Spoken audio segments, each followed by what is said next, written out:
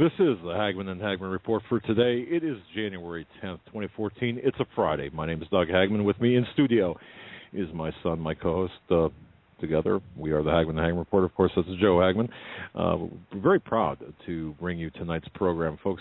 For the new listeners, and I want to thank everyone who has sent emails today. I am trying to answer all of the emails that you have sent personally, and I just want to say thank you so much for your care, concern, and being there with us on the front lines.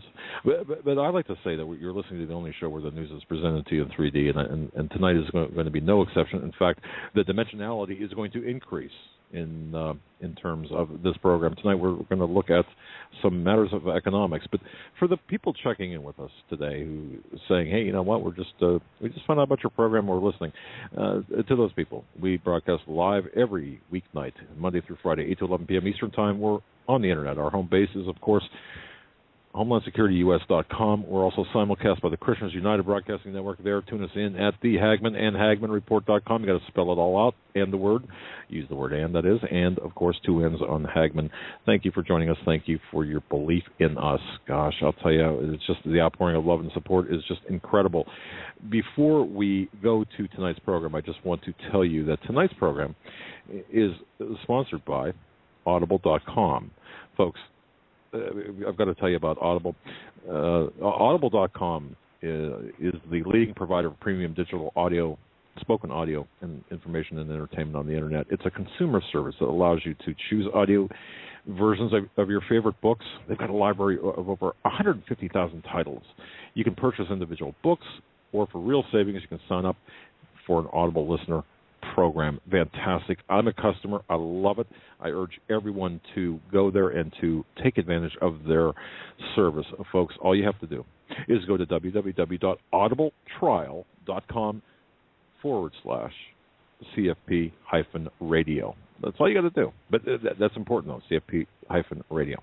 That's www.audibletrial.com/CFP-radio. And take advantage of their service. Tonight, though, Joe, welcome to the program. We got 3 fantastic individuals ready to in the works, ready to go. Of course, V, the Guerrilla Economist, and a gentleman that I've been really just slaughtering his name all week, Ken Shorgen. How's that for just I think you got it. Flawless. Ken Shorgen. Of course, anyone who's read the Examiner, and most of you have, he is the editor of the Finance Examiner, and also Mr. Andy Sutton. Just a fantastic. You can't get any better than this. If you go to HomelandSecurityUS.com, check on the top story there. You can read their bios, bona fides, and there you have it. But Joe, yeah, great to be here, and we do have all 3 of our guests with us. And I'm going to turn this over to V. V, it's good to have you back on the program. It's been a while. How are things going with you? Gentlemen, it's great to be back. I just want to say hello to you and Doug and Ken and Andy. I am fired up. I mean, I had a very busy holiday season with all the deadlines and all the projects that I had to get done and all the forecasting that needs to be done for 2014. And I'm so privileged and I'm so looking forward and totally prayed up about tonight's broadcast, especially since I have Ken and Andy on board. These guys are not only kindred spirits, these guys are my brothers. I'm so blessed to have them as members of the Rogue Money team, and they write for Rogue Money as well. And their insight is absolutely priceless. So tonight, folks, get ready, because you are about to experience the most hard-hitting 3 hours of economic information, the likes of which you have never seen. Earlier in the week, me, Ken, and Andy, we got together on a conference call, and we decided what we're going to do. And we've all come to the consensus that tonight we're going to shatter paradigms. Tonight we're going to open up eyes. And people always ask for, what's the strategy? What's the solution? Well, we're going to give you the strategies, but most importantly, we're going to give you the only solution, and that is also the most blessed hope. With that, I would just hand it over to Doug and or Joe and if, or Ken and Andy, if you guys want to chime in, feel free. I guess we could kind of run this as a forum, and I'll moderate if you want. You know what, V? And by the way, folks, you're listening to V, the guerrilla economist. We're gonna put him in the center of the dais here, and on his left is going to be Mr. Andy Sutton, and on his right is going to be Mr. Ken Shorjan. And so, V, you go ahead and moderate. We're going to just kind of take a back seat because you're the expert. You know what questions to ask. And folks, we're very privileged to have these three gentlemen with us, so please pay very close attention. Take some notes if you want to. I would urge it, and let your friends, social networking people know that this forum is taking place. So, V, we're going to turn it over to you. You know what questions to ask. You know how to start it. Go for it, my friend. Absolutely. You know, one of the things that is preeminent in a lot of people who are awake, as well as those who are starting to get an inkling that something is definitely wrong with the system, is what are we looking for, gentlemen, in 2014? What's coming down the pike? What should people be afraid of? What they should be on the lookout for? So, Andy, I'll pick on you first. Why don't you go ahead and address that issue? And then first of all, I just want to say that it's really a pleasure and an honor to be here, and I couldn't be more wound up. I was telling these guys through email just how wound up and excited I was to be here. 2014, I just finished today my weekly article and tore apart the IMF working paper that was released not too long ago. It was written by Carmen Reinhart and Ken Rogoff, and they're both Harvard economists. They both are associated with the IMF. And the IMF claims, well, this isn't really our official position, but you know what? It's on IMF letterhead. Their name's on it, so as far as I'm concerned, they're at least behind it. And these guys are coming right out. I mean, they don't even mince the words, V. They come right out and say, you know what? We need inflation. We need captive audiences to lend their money and give their money to bail out basically governments, banks, whatever. Hold on to your wallets in 2014. Cyprus was a beta test. Poland, mainstream media didn't even touch it. They didn't want to talk about it. 50% haircut. And that's you know what, I don't even like using their terminology. Let's just call it what it is. It's a robbery. 50% right. Robbery in Poland. That stuff is going to continue. We've got Detroit brewing. Who knows how big the robbery is going to be in Detroit? We have other municipalities. We've got L.A., Chicago, New York, all these different places. It's brewing everywhere, and the mechanisms are in place. The FDIC Bank of England paper last year, the Bank for International Settlements paper last year. They're laying the blueprint, guys. It's going to be you and me and the rest of America, the first world, that's going to pay for this. That's their plan. And then they're going to inflate us to death. And they say it. They spell it right out in their paper here. And I've got some quotes that we can get into later from the paper, but I think that's probably a good intro. That's I think, is number one. We're very close to it in 2014. If I can interject here, you're Andy Sutton. You're talking about your blog entry called "The Malachi Crunch Continues." I take it, which is on Sutton-Associates.net. That's correct. Yeah. All right. All right. So, sorry, V. Go ahead. Hey, no problem. But again, that's heavy. And for those who had their heads, in the sand, or you're one of those people that are just sitting on the fence, 2014 is going to be turning out into a year of action. I've talked this out with Andy and Ken. We kind of came to the consensus that, from 2008 all the way to 2013 is a year of transition. They got these new regulations in. They're getting in these new laws that are going on the books, that are going active, and 2014 is the year of implementation. It's a watershed moment. Ken, you want to add anything to that? Yeah, pretty much what we're seeing transpiring today started in September in Syria. Okay, that was pretty much, as V just mentioned, the watershed moment. Because of the fact that the United States military might, which is truly the only protection for the petrodollar anymore, was rebutted by Russia and by the lack of coalition from the European Union and NATO, what ended up happening was you had a pullback. And immediately China decides to take over the Senkaku Islands and put some onus against Japan, which is struggling under its own inflationary scare and Fukushima and their lack of productivity, et cetera. So then you've got that as you move into the implementation of Obamacare. Now you have something that's domestic. Instead of the people being able to look out at macro economics and what's going on financially and global, now they're looking at their own pocketbooks.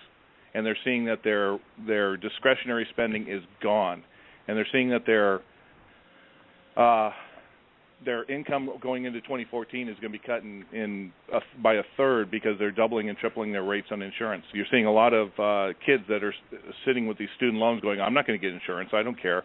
Of course, they already have the mentality being young that they're going to last forever, so I guess that's something the progressives can take into consideration.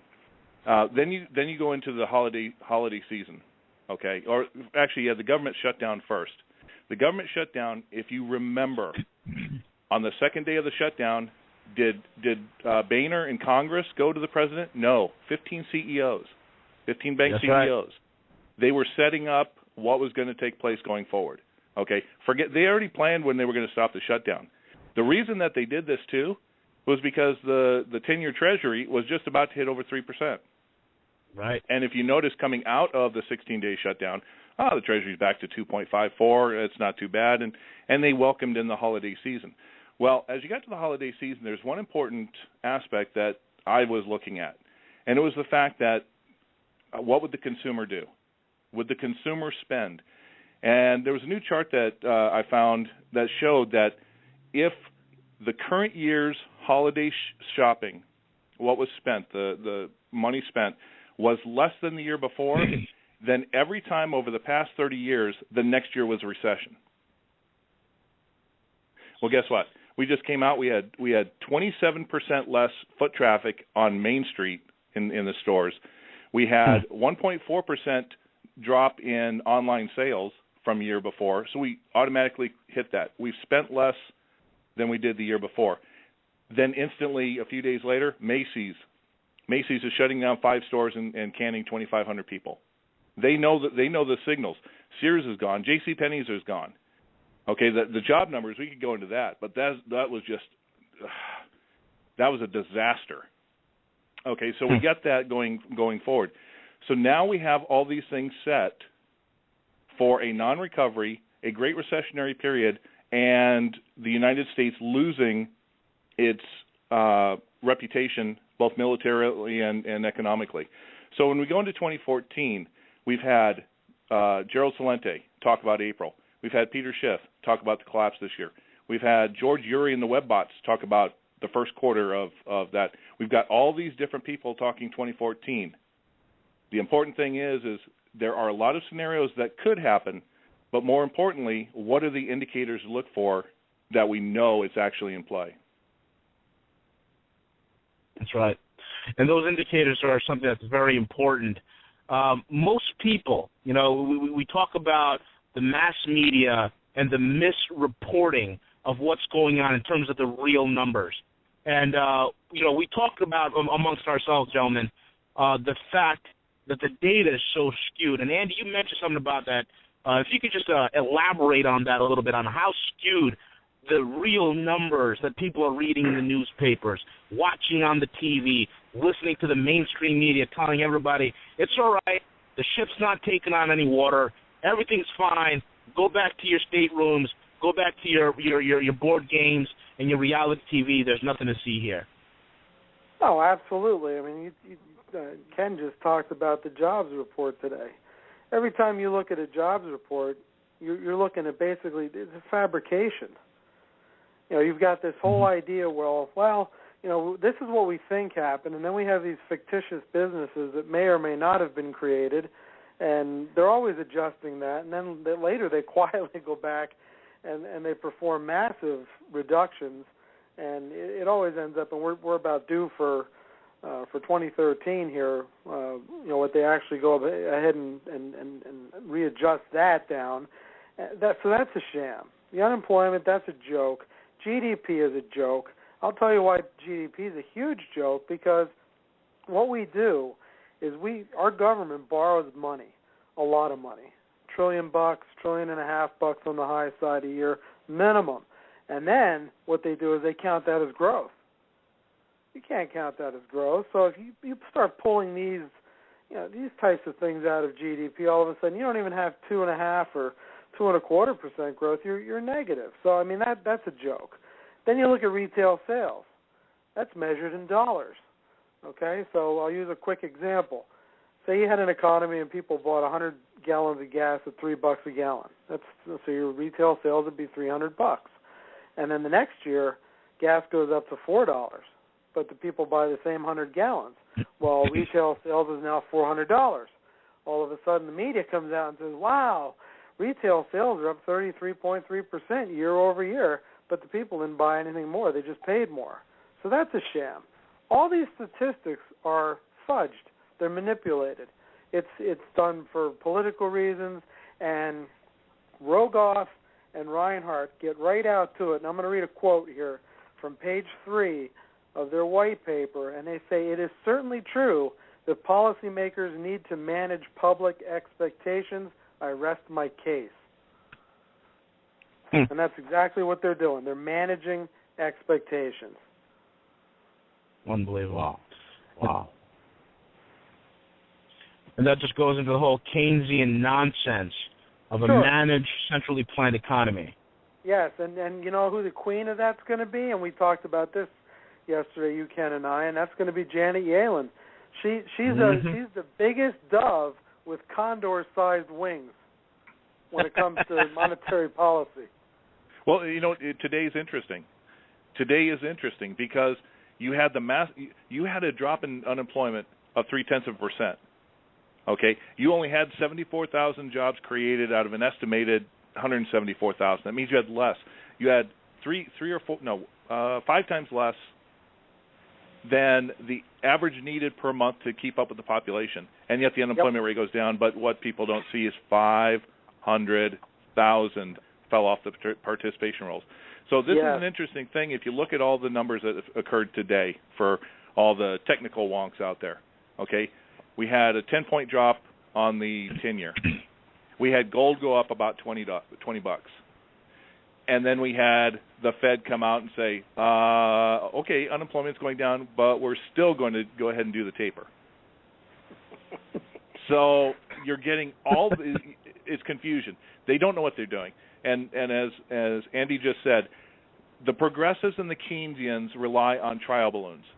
You throw something against the wall, you see what the public reaction is, you see what the market reaction is, and then if it's good, you go forward. If not, then you throw out another scheme.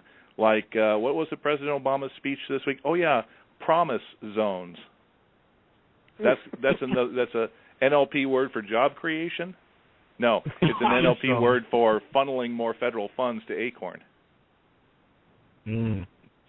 Exactly. More obfuscation. That's what it's all about these days. And this recent IMF paper, I think, is nothing more than a trial balloon. But the kicker is, it's not really a trial balloon because a lot of this stuff has already happened. And that's what I think people need to understand about this. And we can get into this later if you guys want to.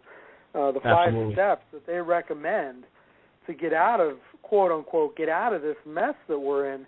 And you look at that, and those things have not only have they been done in the recent past, they've been done historically. You rip people off with inflation, you default on debt, you do all these types of things. And, now we're talking about bail-ins. That's a relatively newer animal. But, you've got all these tactics that are being used.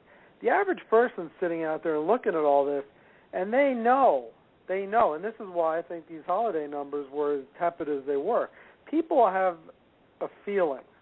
Even if they don't look at this stuff every day, they don't know. It's kind of like you're driving a car and you're missing a cylinder. You got 8 cylinders, one of them's not quite working right. You just know something's not right, and I think that's where most people are at today. And they feel like, all right, you know what, maybe I just ought to be just a tad more careful than I was last year because this just doesn't seem right. And what's with America getting thrown out of Syria? That's a big deal. I mean, you can't even overstate that, how big a deal that is. The power has shifted away from us. We lost the wealth. Now we're losing the influence. You know, and like Ken said, we have bombs and paper. We use paper to cover up our problems, and then when that doesn't work, then we use bombs. And guess what? They're calling our bluff, and the power is shifting.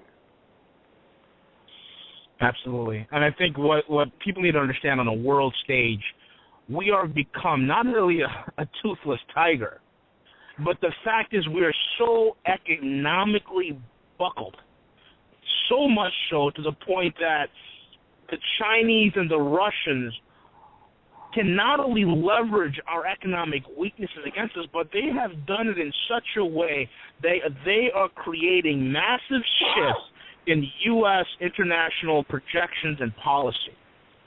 Folks, it's come to the point, and Andy mentioned this when I spoke to him earlier, and we came into the same consensus. The Chinese and the Russians have they've created a precedent, and that precedent is this. If you are being bullied by the United States, just cozy up to the Chinese and the Russians, and they will protect you. And that's what has happened. And since this whole the September 23rd debacle, which was the last-ditch Hail Mary play by the Anglo-American power structure, and when that fell apart, you can see that they had not a single leg to stand on. They had no coalition. They had no consensus. They had no consortium. They had absolutely nothing to go into Syria and the greater goal, which is Iran, and then, of course, the absolute prize, which is the energy-rich market that's Europe. And they got stopped. And that's what the world is starting to realize, folks. We are a broke nation. And I've said this oftentimes on air. When a nation goes broke, its security apparatus, because it's got its can kicked overseas, is now going to be focusing inward, because that's what broke nations do. They prey on their own populace. And, folks, the worst part is we're no longer the toothless. We're even worse than a toothless tiger. We've come to the point that we are becoming the hemorrhoid of the world. And people don't want to deal with us anymore. We are a nuisance. And that's what this current administration has brought us down to. Ken, do you want to add to that? Yeah, adding on something you were saying there. You know what's interesting about the Fed? Okay, they've been. If you go back to actually what Keynes wrote about, John Maynard Keynes believed that government spending would help boost an economy, but he equivocally said that it had to be short term. It was almost like a quick boost to the system to get corporate and manufacturing that going, and then you pull back. It does not work if you do it for long term. So, calling the Feds Keynesian up to a point, yeah, the original ones going back were, but the ones we have going from Greenspan going forward are something that's even more maniacal. The reason I say this, because we've been doing a form of quantitative easing since probably 2010, 2009, entering into about the middle of 2014, if we continue the path we are now, we are going to reach that point where Fed creation of money will have reached 0-point diminishing returns. Okay, right now it is less than $1 GDP, or it's $1 GDP for something like $5, maybe $10 of Fed printed money. At a certain point, no matter amount of Fed printed money is going to create even $1 of GDP. When that happens, you're going to see the debt to GDP ratio hyperinflate and skyrocket out of here. And that's going to happen by the middle of 2014. So I think the Fed is seeing this, and that's why they're sort of talking the taper, but they know the fact that the second they remove the money, because, there's a fascinating study that came out today, or actually a couple days ago. Corporations spent $500 billion buying back their own stock this year. Right. You want to know why the stock market is all-time highs? It's not because anybody actually bought stocks.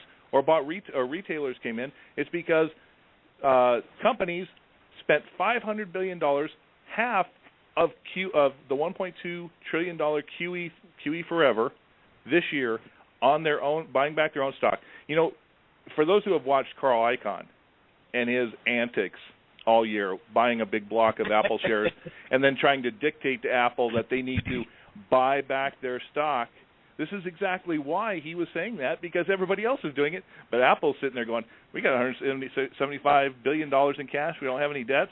Well, we have no need to do that. And who are you going to tell us how to run our company?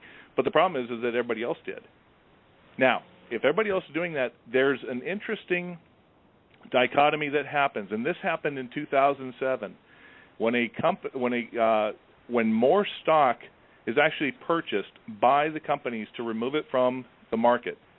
Then actual trading took place. Okay, that leaves about maybe 10 to 15% left, and that's usually when the retail comes in to fill that final last void, and then the bomb drops out. It happened in 2007. We spent more money in 2013 than we did in 2007 buying back company stock. We saw what happened in 2008. We're going to see that happen in 2014. You know, I want to just kick in there, Ken, if it's possible, to agree 100% on that, because that's been something that was something that I was watching back in 07 and 08, just the amount of buybacks. And I have to add, when you take a look at credit market debt by these companies, corporate debt is just going through the roof. So not only it's not that these companies are making all of this money on operations and from revenue, they're borrowing it because it's cheap, and in some cases they're getting it, whether it's from the government, vis-a-vis the QE vehicle, or they're just issuing new debt, whatever the case is. This whole thing is a shell game. The money was there to buy the stocks back, drove the market up. That looks good because the average person equates the stock market with the health of the economy. So that looks great. Here's the management of expectations again. But on the opposite side of that, again, it's a reversible transaction because these debts at some point, unless you want to listen to Rogoff and Reinhardt here, they need to be repaid. And that's why these papers that these guys write now, they're not policy yet, although in some cases they're quickly becoming that. That's why these papers are so important, these trial balloons. What they're trying to do is see what's going to happen from a reaction standpoint from academia, institutions, corporations, those sectors, and see how they're going to react to this kind of stuff. And hey, are they going to accept that? Well, guess what? They accepted Cyprus. Nobody had a problem with that. Nobody even blinked at Poland. We're in big trouble. No, it's interesting what happened in France. You see what happened in France over the weekend? Goodyear plant. Goodyear plant's pulling out of France, and they've already stopped manufacturing. They've already stopped production. Right. They're just going through the motions of shutting down the plant. But according to French social rule, is you still have to pay full salary to all the workers, even though they're not producing anything and the thing is shutting down. Well, some of the workers actually took two of the bosses hostage.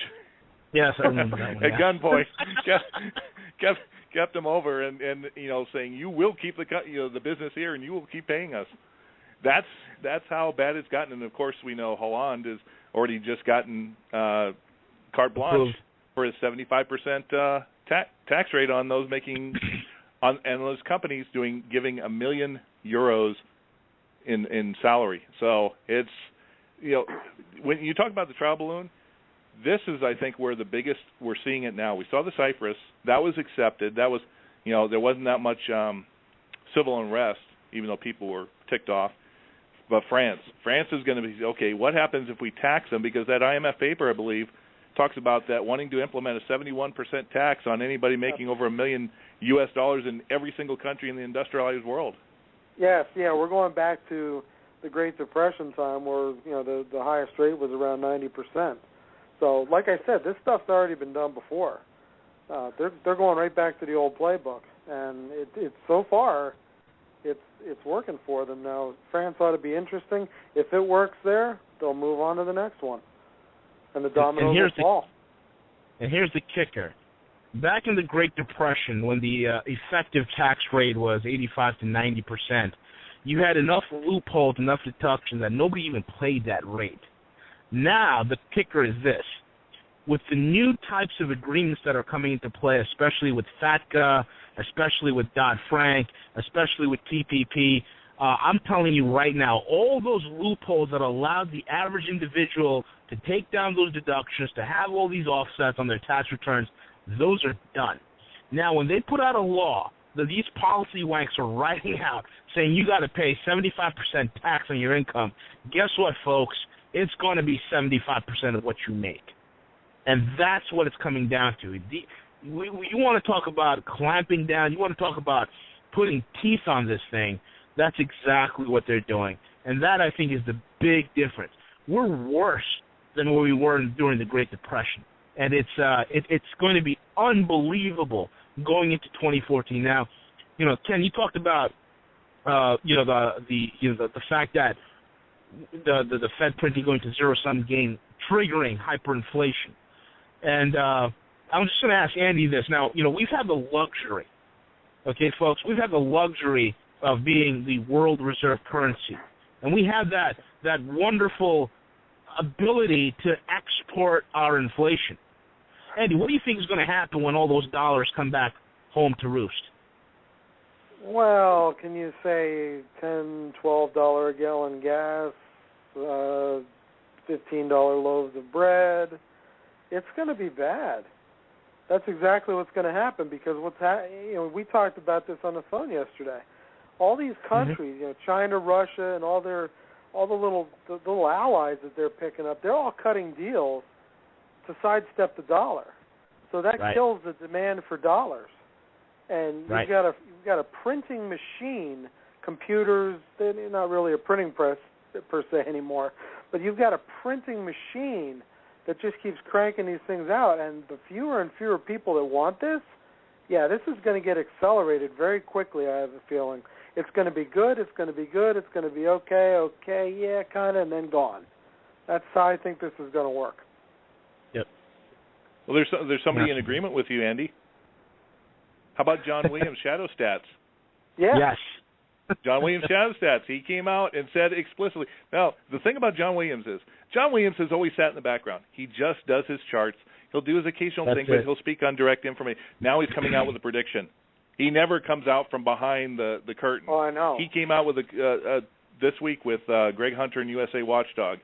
He said there will, and he said will, be a dollar panic in 2014 as foreigners dump their currency holdings. Period. Jeez, I wonder why that would be. People need to understand that as, all three of us are here on Doug and Joe's show talking about the economy, that as we're talking about 60% of the largest, most powerful economies in the world have already set up currency swaps bypassing the dollar. Hey, Ken, what happened to Obama when he went to go to those ASEAN nations and the Asia-Pacific Union when they were talking about about those business deals? Why don't we highlight that for a second so people get an idea of where the United States is on the grand scheme of the world stage? Yeah, let me go back one event before it. Okay, good. We got to go back to pull back the way back clock to September of 2012. Now, September of 2012 was just before the elections, and there was something that happened during that time that people weren't paying attention. But on the global scale, this was one of those game changers to end game changers. We already have sanctions on Iran. So we're thinking that we can push Iran into giving up its nuclear program so it can sell oil. Okay. Well, what happened in about 7th of September of 2012, Russia and China made an agreement. China has the infrastructure and set up to become a wholesaler, buying and selling oil to anyone in any currency. Boom. The first attack on the petrodollar since 1973. Yep. Right. Secondly, on the exact same day, they made an agreement with Russia, who has all the oil in the world, and Russia said, we will sell you as much oil as you want. So they automatically now have a supply chain. And so what they did was they started going to Iran and buying their oil. So the economic sanctions hurt a little bit, but not as much, and that's why the U.S. could never impose what it wanted on the nuclear program. Okay, then we fast forward to about October. There's the ASEAN conference, 15 Asian countries getting together. Well, Obama, that's when he decided to take his Asia trip. And he went over there, and he was there for 2 days, and then all of a sudden he came back early. And then we find out that he tried to come in, and in this agreement, this trade agreement that was being done by these 15 Asian countries, Obama wanted the U.S. to be a part of it. And they said, get out of town. Go back. You're so yesterday. And so these 15 countries made a new trade agreement which encompassed 3 billion people, which is 40% of the entire world's population, that they would start allowing trade amongst each other with currencies outside the dollar, bypassing SWIFT, bypassing the BIS, and leaving the U.S. to try to find trade partners with whomever. So that's what you had going with the ASEAN thing. Now you move forward, and of course you have even greater in 2013 because China's been making headroads into Africa. China's been making headroads in Afghanistan. Because China goes in as opposed to the U.S., which is now being like Great Britain. See, the U.S. empire has become Great Britain. If anybody remembers the Opium Wars of the 1870s, yes. China wanted to do some reforms, and they wanted to get all their people off the addiction of opium. Well, Britain thought they could make some serious money in the opium trade, so they sent in warships, and they forced the Chinese people to not only buy it, but consume it. Okay? So they started using the gun. And we saw in Suez. Suez was finally when the British Empire cracked and was gone. But every single time, at a certain point, it was no longer trade that was allowing the British Empire to stay afloat. It was its military might. That's what we're seeing in the U.S. We have nothing to offer anymore. So we're trying to do it militarily. Well, guess what? Syria, to us, was the Suez to the British. Because the U.S. told Britain and France, stand down.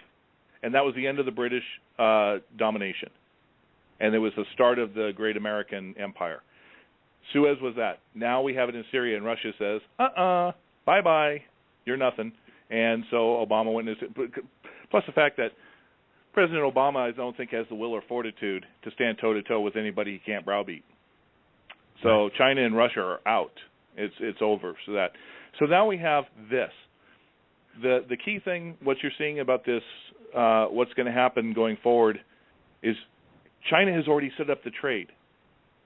What V talked about, the 23 swap lines, guess who's involved in that? Britain, Germany, European Union. The West is seeing the writing on the wall, and Western nations, at least not the Southern ones, but the Northern Western nations are suddenly going, guess what? There's a new world economic power. We're going to make sure that we get involved in this, and we're going to get tied to it. So they're moving away from the U.S., and they're moving to China due to this, so they know the inevitability that the dollar's reserve currency status is very close to being done, and they're preparing for it. That's the important thing. And since China has already set up the trade coalitions, they don't need U.S. product. They don't need U.S. to buy their products anymore. It's over. Right. So they've eliminated that. And what you're going to see,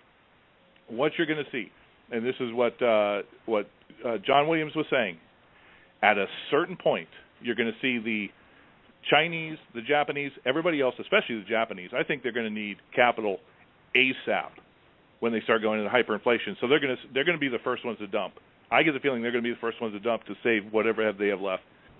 But we go forward to what's going on with that, and we see China setting up, and once they start dumping those, what was interesting too, the trade deficit went down this month, or last month.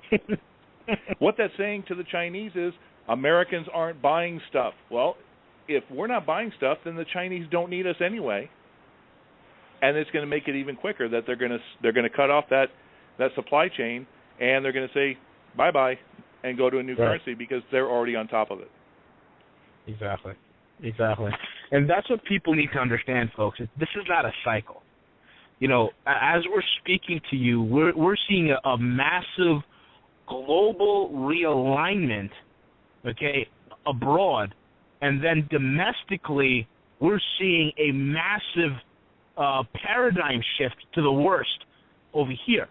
So this is not a cycle. It's not as business as usual. And the old adage, there's certain axioms that need to be destroyed, especially with what Ken mentioned with China. And one of those things is, you hear it all the time. Oh, China needs us to buy their junk. They do not. Over the last decade or so, the strongest sector in the Chinese economy is not their manufacturing. It's actually their banking. And their banks are much better capitalized than ours. In fact, they've beaten us this year and the year before, okay?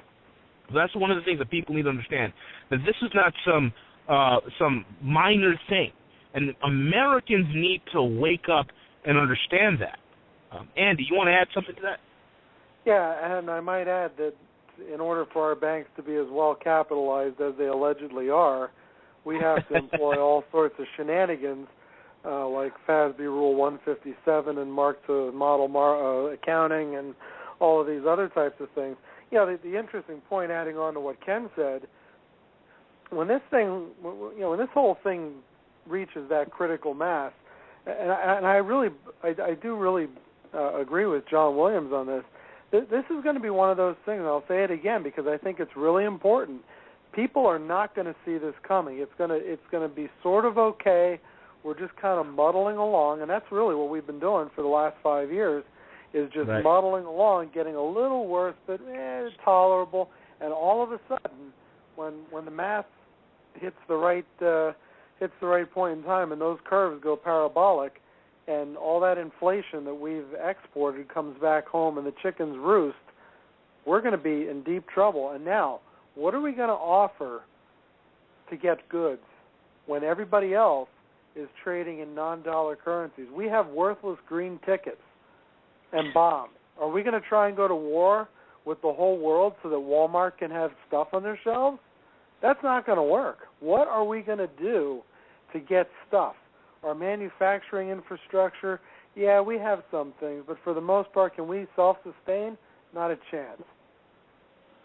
We're going to have to give up some big-time resources here in this country, whether it be timber, natural gas, the Bakken, coal, whatever it may be. We're going to have to give away big-time stuff just to keep ourselves muddling along. If I can jump in here, gentlemen, and ask this question, Andy, how does that work? I mean, practically, on a practical level, how does that work? Well, I mean, if you've got all these countries that are trading outside, and they've all cut deals. See, we have no deals. Even our friends are leaving us. Ken and V just said, England, Germany, they're leaving us. So we don't have deals cut with anybody. We're going to have to go out there and try and broker deals with people to get things that we need on a totally new paradigm that we're totally not expecting and not used to operating under. We're used to being the big dogs on the block, and all of a sudden we just got kicked off the porch. And that's going to, how this whole thing practically shapes up on Main Street is going to be it's going to be traumatic for the American people, because all of a sudden you're going to have generations of people that are used to a certain way of living all of a sudden being told no, and that's going to be that's going to be traumatic for people. Yeah, and gentlemen, and I don't know if he knows this, and our audience is perhaps one of the most educated audiences of all radio history, and I believe that. The question, and even I'm looking at this, standing back and saying, now, how is this going to play out? I mean, number one, I cannot believe. To me, it's so difficult for me to believe that people can actually believe what they're hearing in the mainstream media. Of course, that allows the people to go out and buy the big screen TVs and everything that we see, and everything seems normal. Everything seems not even normal, but even life is good, better than normal. So this is going to hit the average person right between the eyes when this happens, I suspect, and I'm just trying to really get a handle on what this is going to look like, I guess. Well, I'll tell you this. When you study over 800 to 900 years of human economic activity, one of the things that always pops out at you is this. When hyperinflation hits, the population never realizes it. It takes them by surprise every single time. And that's what's going to happen here. It's going to be quick. It's going to be sudden. And when I give those analogies, folks, that you're going to go to sleep on a Friday and then Monday you wake up and you go pump your gas and you see the guy standing outside, changing the price on the tags over there, and you see $12 to $15 per gallon, I'm talking about that quick. And people say, well, how is this going to happen? Because we don't have a, when this whole economic reset goes through, we don't have a dog in the fight. We don't have nothing to trade. Let me tell you how that works. We've seen this happen before, and the perfect example would be Greece. What happened when Greece went under, when they went belly up? There was a fire sale on Greek assets and infrastructure. Greek islands were up for grab. Greek bridges were up for grabs. Highways, lands, timber, you name it. Power supply lines, utilities, water plants. Everything was up for grabs. Why? Well, they were so darn in debt that they had nothing to offer. Nobody bought Greek bonds except for a few stupid Japanese insurance companies. And John Corzine. That was it. So how did you get? How do they cope with it? Well, it's from my sources were telling me when they were over there in Greece, you saw Steve Forbes out there. Hey, look, we're having a fire, so we're buying this, we're buying that, and that's exactly how they're going to deal with it over here. The cronies, you got to understand, the vultures that are in control of this, who don't know how to create anything because all they've done is destroy things, are going to do the only thing that they know how, is to offer up what's left, because all the meat's been pulled from the bones. So whatever's left is just going to be the bones itself, which is basically the structure of the animal. And that is how we're going to get conglomerated into a new global economic system. Ken, do you want to add something? Yeah, you know what? I was just thinking, when hyperinflation, and I know some people have talked about this, I think Steve Quayle on the show has mentioned this. When hyperinflation hits, there's going to be products on the shelves, but you won't be able to afford them.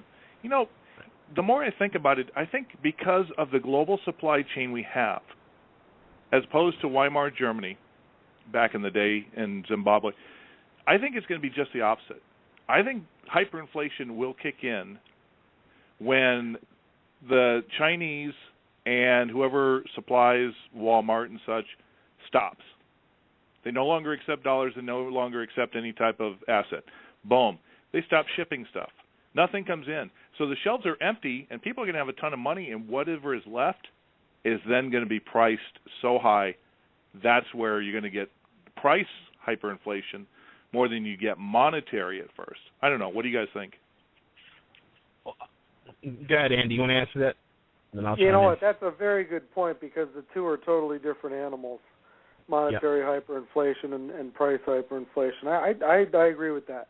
And, we talked about this, again, yesterday, going back to Syria.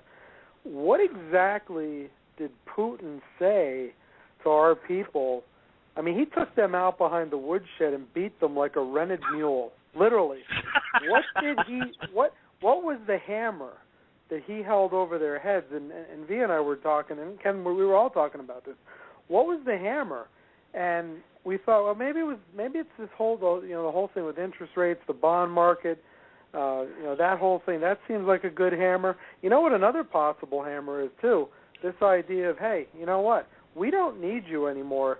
You guys don't back off, and the container ships stop crossing the Pacific Ocean. I mean, what do you guys think about that? There you go. It's very viable. And what Ken said, monetary hyperinflation versus price hyperinflation, I think we're going to get both, guys. I think it's exactly what's going to happen. When you look at how supermarkets and most large retailers buy things. It's all done on lines of credit. So you look at that, I think we're going to have the best of both worlds. You know, and that's what people are going to face. It's going to be a triple-headed monster here. You're going to have monetary inflation, price inflation, then you're going to have stagflation because there's going to be zero jobs, zero growth. You're going to have a contracting economy. So it's going to be an absolute nightmare. And what are we going to do? You know, that's the whole thing that Americans don't understand is that, you know, this is a reality. This is not some pie-in-the-sky type stuff. This is a reality that's coming soon to roost. Ken, you want to add to that? Yeah, and I think this scenario is why Jim Willie came out with his prediction for 2014. Now he's been promoting hearing down the pipeline of a gold-backed trade note, and what it's going to do is, since the dollar is the international trade currency, the reserve currency, everything goes through there. Is China is going to completely bypass and end SWIFT and the BIS and end the IMF. You know, something we forgot too to add that was added in there was the BRICS Bank. Right. The BRICS Bank was created with a lot of money infused in it, hundreds of billions of dollars, because they're going to offer all these countries who want to do trade with them a chance to bypass the IMF without having to get forced austerity on them. And so you're going to see the IMF sort of wane away, because who supplies most of the IMF? The U.S. with dollars. Well, if nobody's borrowing dollars, who cares? You know, the IMF just wastes away.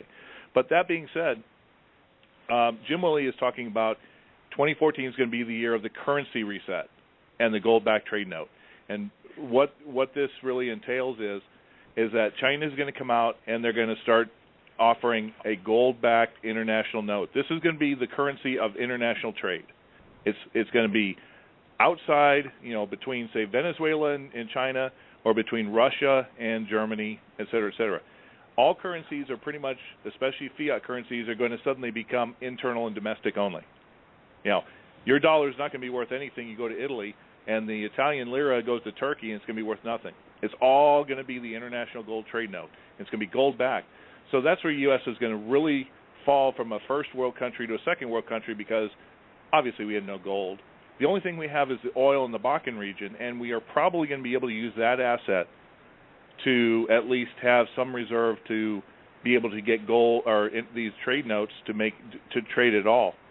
But it's going to be gold, and this is one of the reasons why smart people, at least in the East, are buying gold. Because when this happens, this currency reset happens, what I've read about this currency reset is they're planning on taking all the nations, and they're gonna put them in an order dependent upon their assets. So, like, number one may be China, number two would be Russia, number three would be India, et cetera, et cetera, et cetera, down the road. And then depending on where you are on that list, they're going to devalue your currency by a certain percentage. So if you're China, you're going to get your currency devalued 30%. If you're number 200 on that list, your currency is going to be pretty much devalued 90%. I'm thinking we're going to get hit with about 30 to 40% devaluation of the dollar right off the top. That's going to eliminate the hyperinflation, but it's going to pretty much remove whatever rest of the wealth, and you're going to be dealing with dollars that are going to all be internal only. So those who have gold and silver, of course, they're going to remonetize that to probably about $50,000 an ounce for gold, because it's going to be used primarily in this international trade note, and then silver or whatever. So, that's what's going to happen. That's how they're going to deal with the hyperinflation, is a currency reset. But you're pretty much going to lose whatever wealth you have. That's one of the biggest things I don't... Oh, sorry, go ahead. No. I just can't let this slip by. $50,000 an ounce for gold? Yep, absolutely. Right now, when you look at when you really adjust, and on one of my articles on Rogue Money, I kind of pointed it out. When you adjust gold for you take the real laws of supply and demand, and then the inflation aspects of it, gold should be about anywhere between $10,000 and $11,000 an ounce right now. So $50,000 an ounce it's really not a shot in the dark. It's a reality, especially when you're talking about a 40 to 50% dollar devaluation. And remember this. Remember this.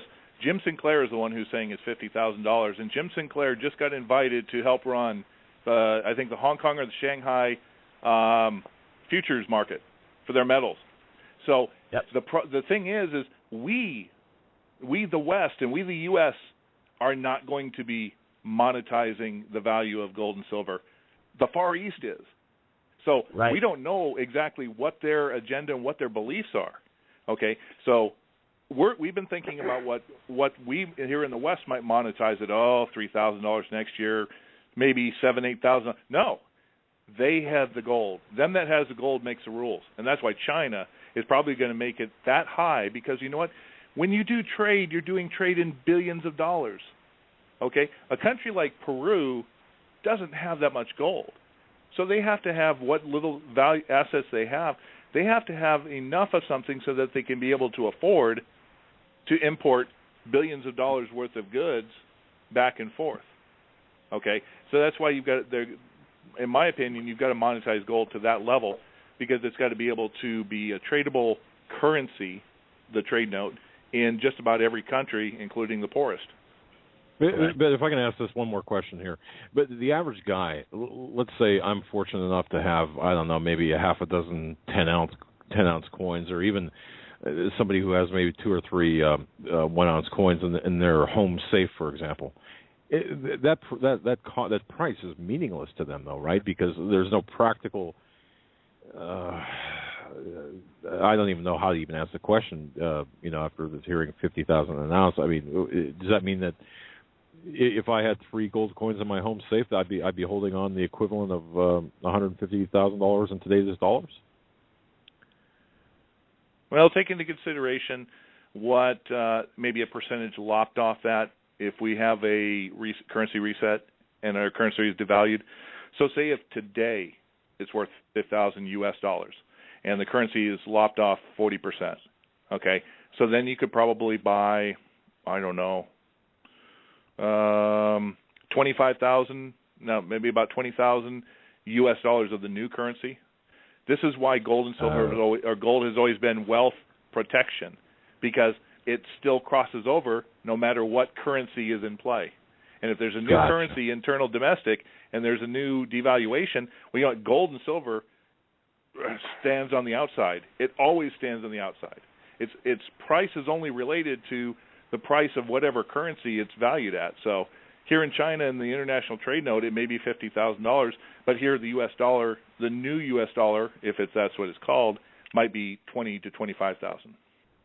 Correct. I understand now. Okay. Thank you for clarifying that. Very interesting. Gentlemen, we're up against the top of the hour already. This has been a fascinating first hour, I've got to tell you. Folks, you're listening to V, the Guerrilla Economist, Andy Sutton, of course. Folks, if you go to HomelandSecurityUS.com, our home base, right at the top, I put in here in the first hour links to Andy Sutton's blog, links to roguemoney.net, which is V, the Guerrilla Economist website, and also links to Kenneth Shorgen's articles, of course, at the Examiner. So visit HomelandSecurityUS.com. The links are right there for you. It's good show prep. It links to Andy Sutton's blog entry. It links to the roguemoney.net website, and, of course, Ken Shorgen's articles at the Examiner. Folks, you're listening to the Hagmann and Hagmann. Ladies and gentlemen, to hour number 2 of the Hagmann and Hagmann Report on this Friday, January 10th, 2014. We are joined by some very interesting and informative people when it comes to the economy. Mr. Andy Sutton, Mr. Ken Shorgen, silent T, and you want to help on that name? Economist. You go to HomelandSecurityUS.com, click on the top story on the page there. You can find links to their websites. And I'm going to ask you guys a question from a listener to open up this hour. James asks, did something happen between the Fed and Germany this week?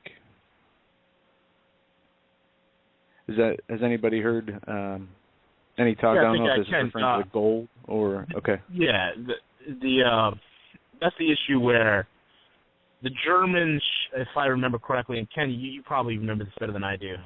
My mind right now at the moment is a little vague. But at first, the Germans said that they received some of their gold back, and it was melted from the Fed. And then they changed their tune and said, "Oh, we melted that the Germans said they themselves melted the gold." Was that what I'm talking about, Andy or Ken? Do you guys remember? I know I mentioned this. I remember hearing something about that. Yeah. Yeah, I think the gold and the fact that they've gotten like 300 tons or something back, a small percentage. I think that's the only thing I've heard between the Fed and Germany in the last month or so. Yes, and there was some flip-flop on Germany's side, so I just don't remember what it was. There was something about that was a little, there's a discrepancy there, and I'll have to check back with my sources and to find out. I have a guy at the, I have an insider that I got to check with, and I'll get back to you on that. But there is a discrepancy there. I just don't remember exactly what happened. Okay, I did hear somebody, some radio show host talk about this, and I don't know if this is what the listener was referring to or not, but apparently we gave some of Germany, some of their gold back to Germany, and it was not 100% pure or 99.9% pure. It was a little bit lower quality than that. And whoever was talking about this on the air made the point that it wasn't like he used an example of a wedding ring. If he gave a wedding ring to a bank in a safety deposit box, it would be like them going in there and opening it, melting down the ring, and when the person came to ask for their actual ring back, getting something different, getting a different ring, and only on a much larger scale. And I don't know if that's what this was referring to, but we know that the Federal Reserve or the Fort Knox, people may say there's no gold in Fort Knox, and we see these countries asking for their gold back from the U.S., and if they start getting gold back at a lower quality than what they gave, I don't see that ending well. Well, there was a story a couple of years ago, and it didn't get much play in the mainstream press, surprisingly, of people coming across some exchange bars that were basically salted with tungsten. And I'm wondering if this isn't kind of a reemergence of that whole issue, that maybe the Fed's passing off some salted bars. Which won't it definitely is. I have that confirmed from my guys. It's tungsten. Let me tell you, the way it works is this. When there's a tour done at the Fed, okay, especially with foreign dignitaries, they want to see what their depositories look like. Oftentimes they're taken down into the vault. And the vault's right here on Liberty Street. It runs right underneath Liberty Street, and it connects to the former JP Morgan vault where their silver is stored. Okay? Those two vaults from JP Morgan and the New York Fed are connected. Now, these people, the dignitaries, will be taken down there, and the vault is just open and say, hey, look at your gold. Here it is. Everything's fine. All right? The vault doors closed. All right, folks, that's it. Show's over. Let's all go home. That's the extent of what they show you.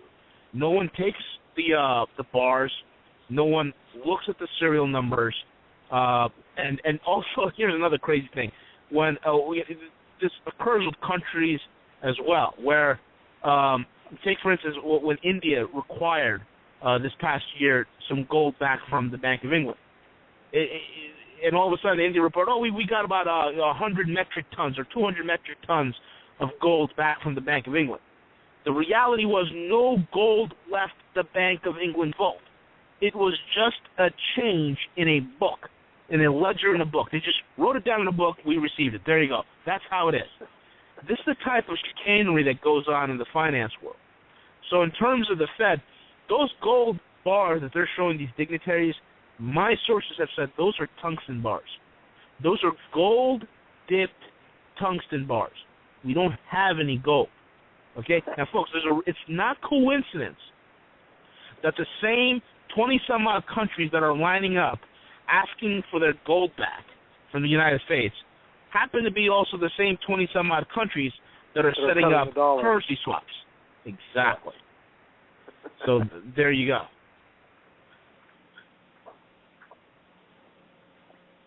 Wow. No, and I use that word. I'm sorry. I use the word "wow" a lot, because I'm getting wild all the time. I mean, the things you folks have just said this evening, it's just incredible. We're living in some sort of alternate universe here. I really believe we are, and I just don't understand why people aren't jumping up and down and screaming from the top of their lungs as to what's going on. But I guess we're past talking about that. I didn't mean to interrupt. Go ahead, sir. Oh no, that's fine. I'm reminded about what happened with J.P. Morgan when I think it was October or November. They pretty much are the ones who supply, I believe, the CFTC in the futures market, and they were having to borrow gold from these obscure little banks. They were completely out of gold. They were scared to death. This is one of the reasons why they put so much pressure on India. This is why the Indian government is putting all these pressures on its own people to stop buying gold, because the U.S. is putting the thumb down on them. India right now would buy, like China, would buy as much gold from the West futures markets as they could get their hands on, but there's none. And if there's too much pressure of delivery, then the whole short that J.P. Morgan and the rest of the banks have been doing to keep the dollar propped up will collapse, and that'll be another trigger to bring everything. So right now, if you want to ask honestly why these things are happening, why did the U.S. send 300 tons of tungsten-filled gold to Germany? They're vying for time. Okay, right. There's no intention to ever do it. They're vying for time. They're not stupid. They see the writing on the wall. They see that and you almost have two coalitions trying to get the dominion in the next new financial world, one world market. The U.S. thinks, and the West thinks that they have the power and the prestige and the ability to do this. But China and Russia have been playing chess, and they've been doing this since the 1970s. They've been slowly working in, whether it's from the Maoist, post-Maoist reform China that saw the potential for an economic empire, from Russia, who saw that, the U.S. destroyed us because of economics. Guess what? We're going to do the same thing to them, and that's what they're doing. They're allowing the United States to try to build up and become this military, spread their military all over the place, and there's no money for it. And we're going to collapse just like Russia did. Only Russia this time says, we have a resource. We don't have a lot of debt. As a matter of fact, we're building up our middle class, at least as well as Putin can. And same thing with China, because here's the thing. The Chinese people may be just slowly moving into the middle class. They may be just slowly, coming out of an old standard of living. But think about this. Since when would communist China ever persuade their own people to buy gold? They want their people to buy gold, because what's going to happen is when the new currency rollover takes place, okay, instantly every single Chinese individual, worker, citizen, etc., who bought a little bit of gold is now automatically middle to upper middle class. They've created themselves a consumer base, all because they talked their own people into buying trinkets of gold. Right. What are we doing? We are standing there on CNBC saying gold is a barbarous relic. A barbarous relic, And you know what? You know what else we're doing? We spend hours on Thanksgiving and the day after beating each other up, shooting each other, and stabbing each other over imported Chinese junk that we're borrowing money to purchase, and I use purchase very loosely. They're playing chess. We're playing tiddlywinks here in America. And that's going to be our demise. We are complacent. We are full of hubris. We think we can wave a flag and do all that, and everybody's just going to bow, and it's just not that way anymore. And people had better wake up, and they'd better do it soon. Well, not to worry, gentlemen, the Apple iPhone 6 will be on the way. You know what? Everything's better now. One of the things I always tell people is this, that we don't have an economy. Okay, and I've often said that when you have a central bank that's manipulating your stock market, manipulating your real estate market, manipulating your bond market, you don't have an economy. And when you have what drives the market? I mean, let's be honest here. What drives the market? It's earnings. Okay, And when you look at earnings from companies, all you see that these so-called earnings that are also driving the market is just nothing but a bunch of gimmicks and accounting fraud. That's all it is. And we have this phantom growth. And it's unbelievable. This whole system that we have here, folks, is nothing but a bunch of drug-induced con men who are sitting there lying to each other. And they love it. They love creating the lie. They love selling the lie. They love buying the lie. They love telling you the lie. And the American public is just being lulled to sleep. And meanwhile, the whole world is left us, so to speak. We're like the drunk who's left behind in the party. The party shut down. Everybody's going home, and we're the idiot in the corner, still by the punch bowl, sipping away, talking to themselves. That's basically us. Ken or Andy, if you guys want to add to that, I just wanted to get that out of the way. No, something that Doug. Go ahead, Andy. No, I'm sorry. I think we got a little bit of a delay here. I didn't mean to jump on you there, Ken. He's absolutely right. Bread and circuses. This is the Roman Empire all over again. It's the Roman Empire. Throw the Russians in there, like V said. But they learned from their own demise, and they said, let's turn the tables and we'll do it to these people, and we'll just make sure that we'll keep the junk flowing in there. We'll keep the ball games on. We'll keep all the bread and circuses going. And we'll make sure that half the population is on psychotropic drugs. Don't forget that part. We'll make sure that everybody's good and doped up, and we'll do whatever. We'll just run roughshod all over these people, and they're gonna get hit by a freight train, and they're not even gonna know what happened. Absolutely. Doug, what you had alluded to. Can people really be this stupid? Can they not see it? Let's go back 100 and some odd 10 years. To 1907. Okay, there's a banking trust known as Knickerbocker. Nobody knows that it's going to go under. So it desperately calls on the biggest banker in New York City, and that's J.P. Morgan. Brings him over. Talks to J.P. Morgan. How can we figure this?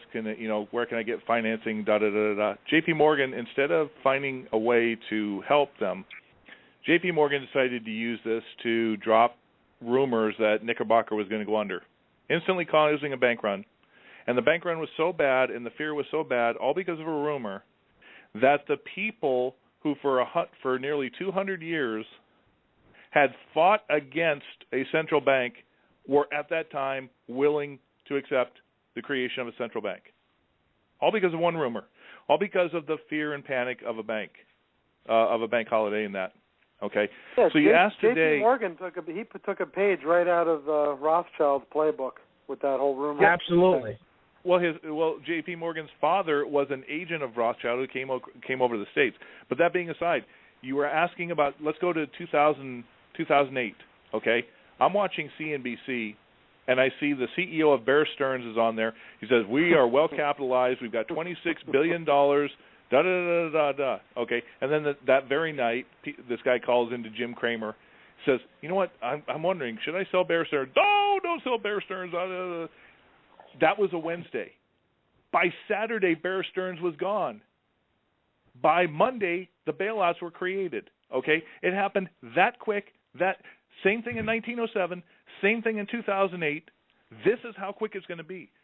We are looking at indicators. You want to talk about indicators bubbling under the system.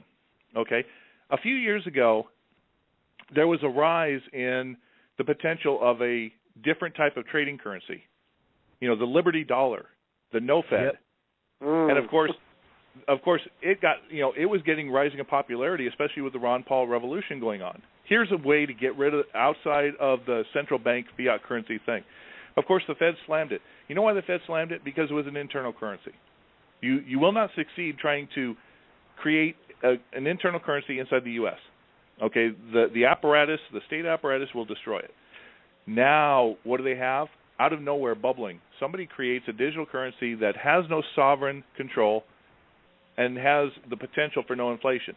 Now, I don't know, and I don't think Bitcoin is going to end up being this great whatever. But what it is it's an indicator. The people want something. the mass consciousness, if you want to quote-unquote use that, they're feeling it. They're looking. They're desperately grasping for something outside the system because they feel that, you know what, I can't work within the system. The voting booths don't work. The politicians are the same, no matter who you vote in. So we need something completely outside the paradigm. Break the paradigm. And that's what Bitcoin is. And what it is it's a potential. Whether Bitcoin actually comes to any true fulfillment, nobody knows at this point. But guess what? It's just been accepted by Overstock. It was accepted by gift card to be traded at Target. It's being accepted. Now, here's something else. The stock markets. You know that the stock markets are pretty much at their peak when Wall Street starts creating different types of bond funds that are so out of the norm, they're ridiculous. And in the last 3 months, we have seen Fortress create a Bitcoin bond fund. We have seen, who was it? It was on Merrill Lynch. Merrill Lynch is creating a social impact bond fund for ex-convicts. You can invest in ex-convicts and get paid back depending on how they do in their jobs going future in the. Oh, that sounds like a winner. Or Twitter. You're investing in something that not only has not made a single dollar, but loses money, and it has no revenue stream already built in. Okay, when they're putting so much money into these things and creating these absurd type of funds, not to mention the derivatives, but these absurd type of funds, you know that investing in any company is absolutely worthless. They've either maxed out their potential, or there is so much money in play, they don't know what to do with it. So instead, they're going to take $600 million and buy art that probably, in reality, was only worth about $200 million. Right. Well, and this is even permeated into the stock market. You just take a look at that whole thing with Twitter. I mean, they've never made money, and they're worth how many hundreds of billions of dollars? I don't even keep track of the stock price. 128 billion. Yeah, for a company that never made a dime, doesn't contribute a thing, produces nothing. I mean, it's the same idea, these ex-con bond funds and everything else. I mean, it's a joke. Well, you see, Andy, the trendies will look at you and tell you that you just don't get it, Andy. No, I know. I misunderstood. Yeah. I remember years ago when the .com bubbles were starting, and a gentleman came up to me, a couple of guys, they're like, look, V, you got to invest in this company. It's so-and-so.com. It's worth $75 million. I'm like, how is it worth $75 million? What do you guys make? We sell natural products. I'm like, this is the kind of chicanery, okay? Now, this transcends into banking. I talked about earnings being the driver of the market. How the heck, at the end of 2013, then when J.P. Morgan announces its profit earnings, here's a bank riddled with $74 trillion in derivative debt, and they posted a 33% profit gain from the previous year. How's that possible? Okay? And again, it's accounting gimmicks. That's what they did. They started to write down their loan loss reserves. Basically, a loan loss is basically, if you have a reserve, just in case you have X amount of loans out there and a certain percentage, defaults. You have a loan reserve. The higher your loan reserve, the lower your profits, and vice versa. So what JP did is they just started writing down their loan reserves, and voila! Just like magic, they're showing a 33% gain from last year. Folks, this is the nonsense that's going on. How can you invest when the numbers are so skewed, when there's no valuations that can be done? How can you invest in any company? And then you tell people, get gold, get silver, get platinum. Hold it tight because you're about to enter a storm. This is what's going to keep you afloat, and they look at you like you're crazy. Andy or Ken, if you guys want to take Well, if I can just interject something here. this is kind of out of the. This is going back to what we talked about earlier, and I know we covered a lot of ground since then. But a listener asked this, and I'll you know what? I guess I've got the same question. You talked about gold at $50,000. I just, for whatever reason, I just can't get that out of my head. I can't wrap my brain around that. I've heard it said, by the way, gold will at some point reach $5,000 an ounce, but that's a world in which you don't want to exist or live, and I can see what that statement refers to. What about silver? And I know this is kind of a trite question, but where do you folks see silver rising to in relation to gold? I'll take that one. I mean, I think we've got a really good opportunity for silver, because silver is nice, in the respect that, first of all, let's be honest here. Let's not mince words. This world that we're talking about, and we really haven't gotten to this yet, and I'm guessing we probably will. And Joe and Doug, I know you guys talk about this a lot, especially with all the stuff that's going on with the government arming itself to the teeth. I mean, what is Main Street going to really look like when this whole thing goes down and this all takes place? Silver is a nice metal because the average person who doesn't have a whole bunch of money can get a decent amount of it and do okay. Also, you can get U.S. coins and official U.S. good old quarters, half dollars, dimes, whatever, and they're 90% metal. Everybody recognizes that. That can be a currency for you, in the stopgap between this whole situation, when we switch over, when this whole thing goes down and takes place. Another thing about silver that's very interesting is it gets used. It doesn't get mined, minted into coins, bars, what have you, and then stored. It gets used. It's used in medicine, industry. It's used all over the world, so it gets consumed. And a lot of that's not able to be recycled. And the last I heard from a geologist friend of mine who keeps track of these sorts of things, he said at current mining rates we had, and this was probably about a year ago, he thought about anywhere between 6 and 8 years worth of silver left. And this was, of course, notwithstanding somebody finding a significant supply somewhere, a new discovery. So I think that the dynamic with silver is multifaceted. Yeah, it gets burned up, but it's a nice, it's a poor man's gold, and it's something that can be used by people on the street in a situation where we get into this whole thing like, well, okay, the dollar's not worth anything anymore.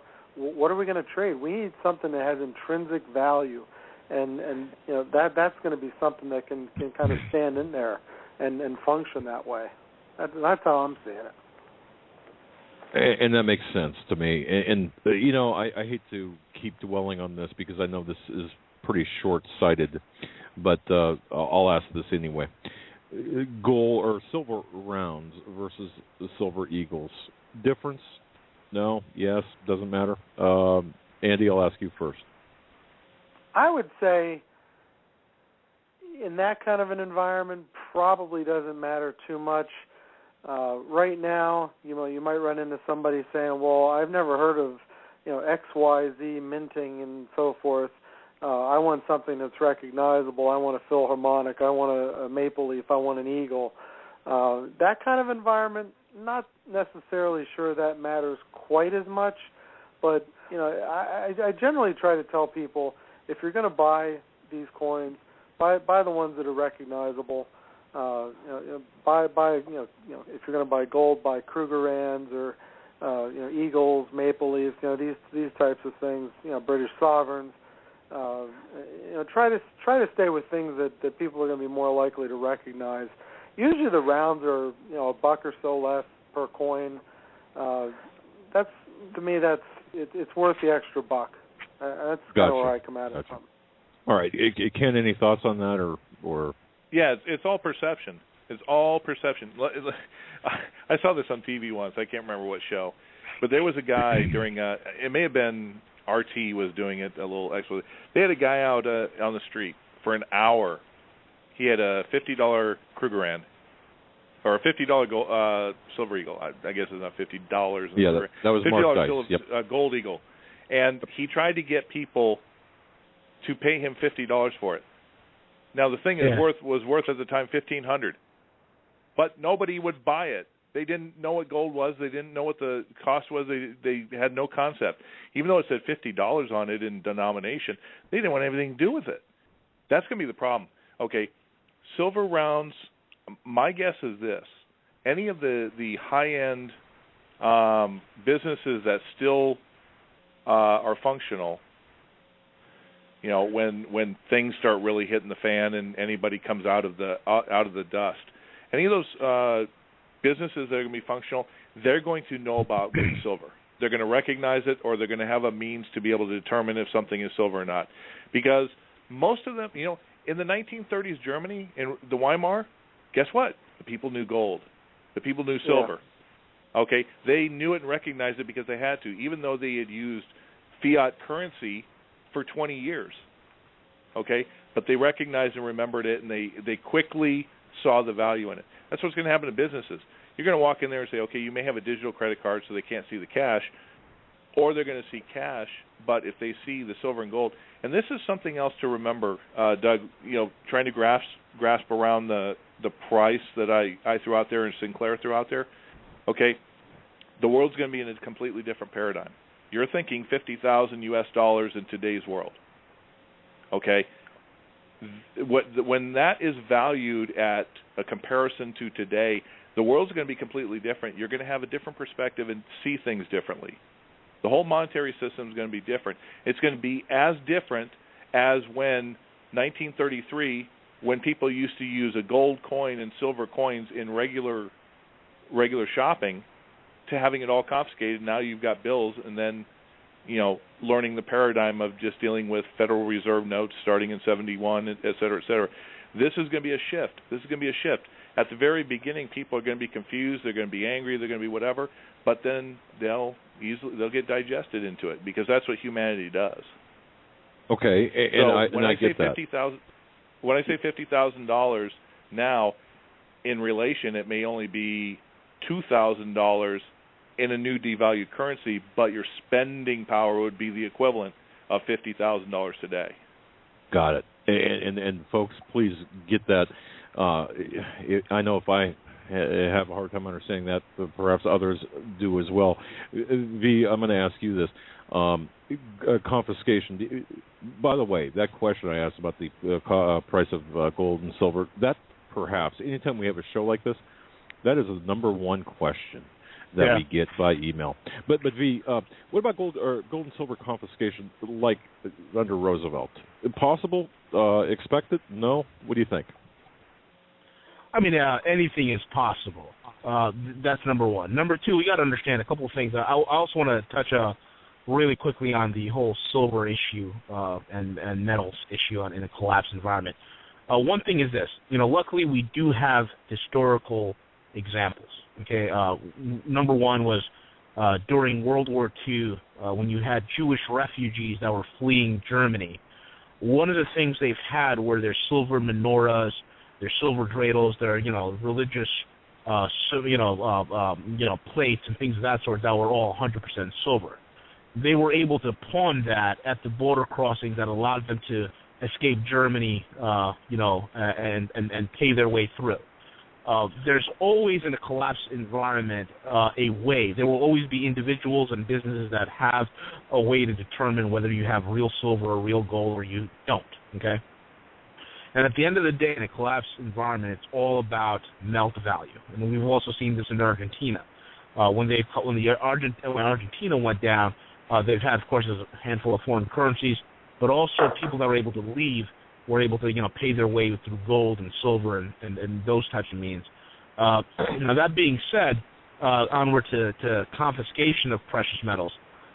One thing also you have to understand is this. When you have a collapsed, economically collapsed environment, you have what? A broke government that doesn't function that well. And the aspects of it that does function will be the security apparatus. Now, if the security apparatus works, you have a limited amount of manpower. So logistically speaking, it's going to be very difficult for them to go door to door and start confiscating people's metals. I really don't see that happening. It's too much of a pain. But at the same time, I tell my clients, if you're going to keep gold and silver in your house, get creative with it. So I have clients of mine that hide it in floorboards, electrical outlets, things of that sort. Some buried in the backyard. Whether you have a foreign troop knocking on your door, or you have some armed robber trying to come through your door, it's just good. It's just a good, prudent thing to do. But the most likely targets in a collapse will be the depositories, Delaware depositories, depositories in Nevada, depositories in California. Those have already been signed off. When the crap hits the fan, they're going to go there, and then they're going to hit the bank's safe deposit boxes. Those are going to be the first two for confiscation. And all right, if the government goes ahead and says, "Oh, you can't use gold and silver," all they're going to do is just create a massive black market. Look what's happening in India. Every step that the government does, saying, "Okay, you got to limit gold purchases to X amount," all that's doing is creating a ravenous black market, which every month is growing by leaps and bounds. I mean, I have family in the Middle East, in Dubai, in Abu Dhabi, and also in all over.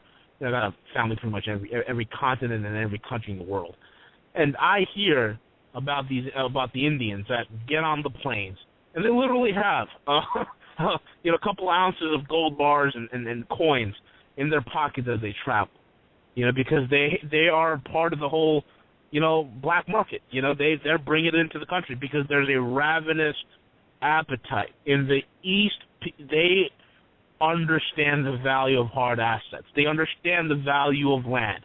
They understand the value of cattle. They understand the value of chickens. They understand the value of how many coconut trees and rubber plantation and rice paddies you own. These are valuables to them. They understand gold has a value to it. So they're heavily vested. They have a ravenous appetite for hard assets. Us Americans, we have a ravenous appetite for stupidity. And what I mean by that is we buy things that we don't need. We have a ravenous appetite for the newest app. We have a ravenous appetite for the latest reality show. We have the ravenous appetite for the latest fashion handbag. I mean, this is what goes on, folks. So the rest of the world's prepared. They're ready, and they're waiting this dollar collapse. Meanwhile, we're just, most Americans are sitting around twiddling their thumbs. Ken or Andy? Yeah, I'll throw in there. No, go ahead, Ken. Okay, I'll throw a couple things in there. Remember, Doug, in 1933, when they did the confiscation? Okay, they never went door to door. Okay, we had a society that the people trusted their government. A lot of them didn't, but there was still the majority. Okay, the second thing was, what do you think the bank holiday was for? Bank holiday was for 2 weeks. It wasn't just to stop people from taking money out.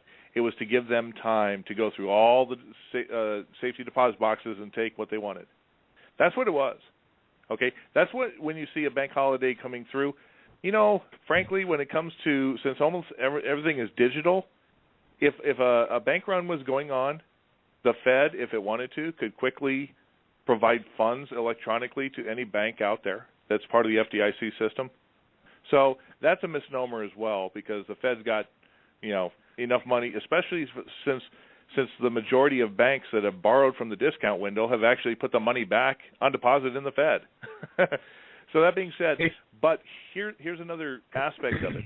If we go to this, if China does take dominion, China hegemony, and they have the international gold-backed trade note, okay, the United States government is probably going to be more apt to buy gold from the people, offering them a good price at the currency, because the U.S. is desperately going to need gold to be able to actually do any trade. Right. Yeah, I don't think there's going to be a confiscation of door-to-door, and V is right. There's not going to be enough manpower. Secondly, to extend on what Ken said, you were looking at a people in 1933 that were used to using gold as a currency, and they were just being told basically, all right, you know what, we're switching over to a new currency. They kind of went along with it. I don't think a lot of them really, I mean, I'm sure some of them did, but most of them, by and large, okay, all right, whatever, we'll go along with it. Today, why do people in this country, and there's a very small portion when you consider the population of this country and the number of people who own precious metals, why do they buy them? They buy them for protection, and they buy them as a way to escape the dollar. Those people are going to be so less apt to just willingly hand it over. They're going to want something, and there's not going to be the power to just grab it, I don't think. So, the idea of confiscation, yeah, if it's in a depository, it's probably gone. If it's in a safety deposit box, yeah, it's probably gone. If you get a little bit creative and you be a little bit smart about the whole thing, chances are pretty good, I think, you're going to be able to hang on to it. Absolutely. And since we're on the subject of confiscation, guys, let's talk about 2014 and the coming bail-ins. Let's talk about the biggest bill ever to be signed into law, and that's 30,000 pages of Dodd-Frank. Let's talk about that. Yeah, Dodd-Frank. Yeah, it's interesting. January 1st, 2014, it is now, bank deposits are considered liabilities to the bank and can be used as collateral to capitalize the bank because they are not considered primary shareholders, primary bondholders. They will, if they get paid back, they're going to be second or third or fourth down the line. Yeah, you're no longer a depositor anymore. You go into the bank, you put your paycheck in the bank, you think, hey, I've got all this protection, it's safe, I'm fine, everything's hunky-dory. No. No, you're an unsecured creditor now, and like Ken said, you're third, fourth in line. That bank goes under, you get converted from being a creditor to a shareholder, and the shares are probably worth not even the paper they're printed on, and they won't be printed on paper anyway. So you're going to get cleaned out, and that is the bail-in right there. Absolutely. And I mean, you look at the April 2012 IMF review, that policy, and I think what it was basically stating is that the statutory bail-in powers intended to achieve a prompt recapitalization and restructuring of a distressed institution. And it's basically like in a case of resolving any kind of distressed, globally active, systemically important financial institution, or the GSIFI,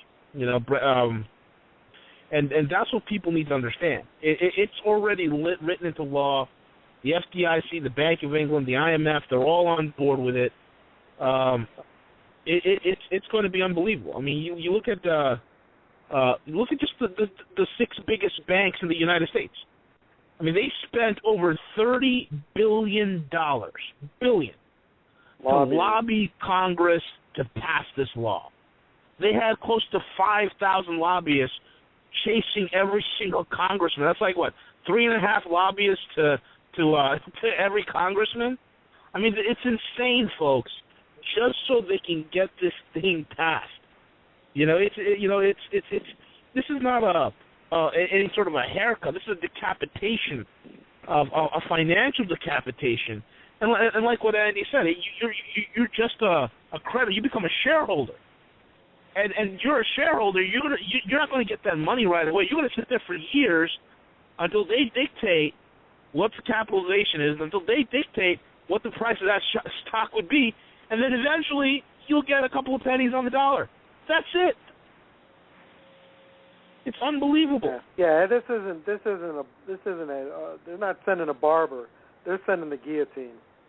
Yes. Something else. Even if you don't. I'm sorry. Go ahead. Go ahead, Doug. No.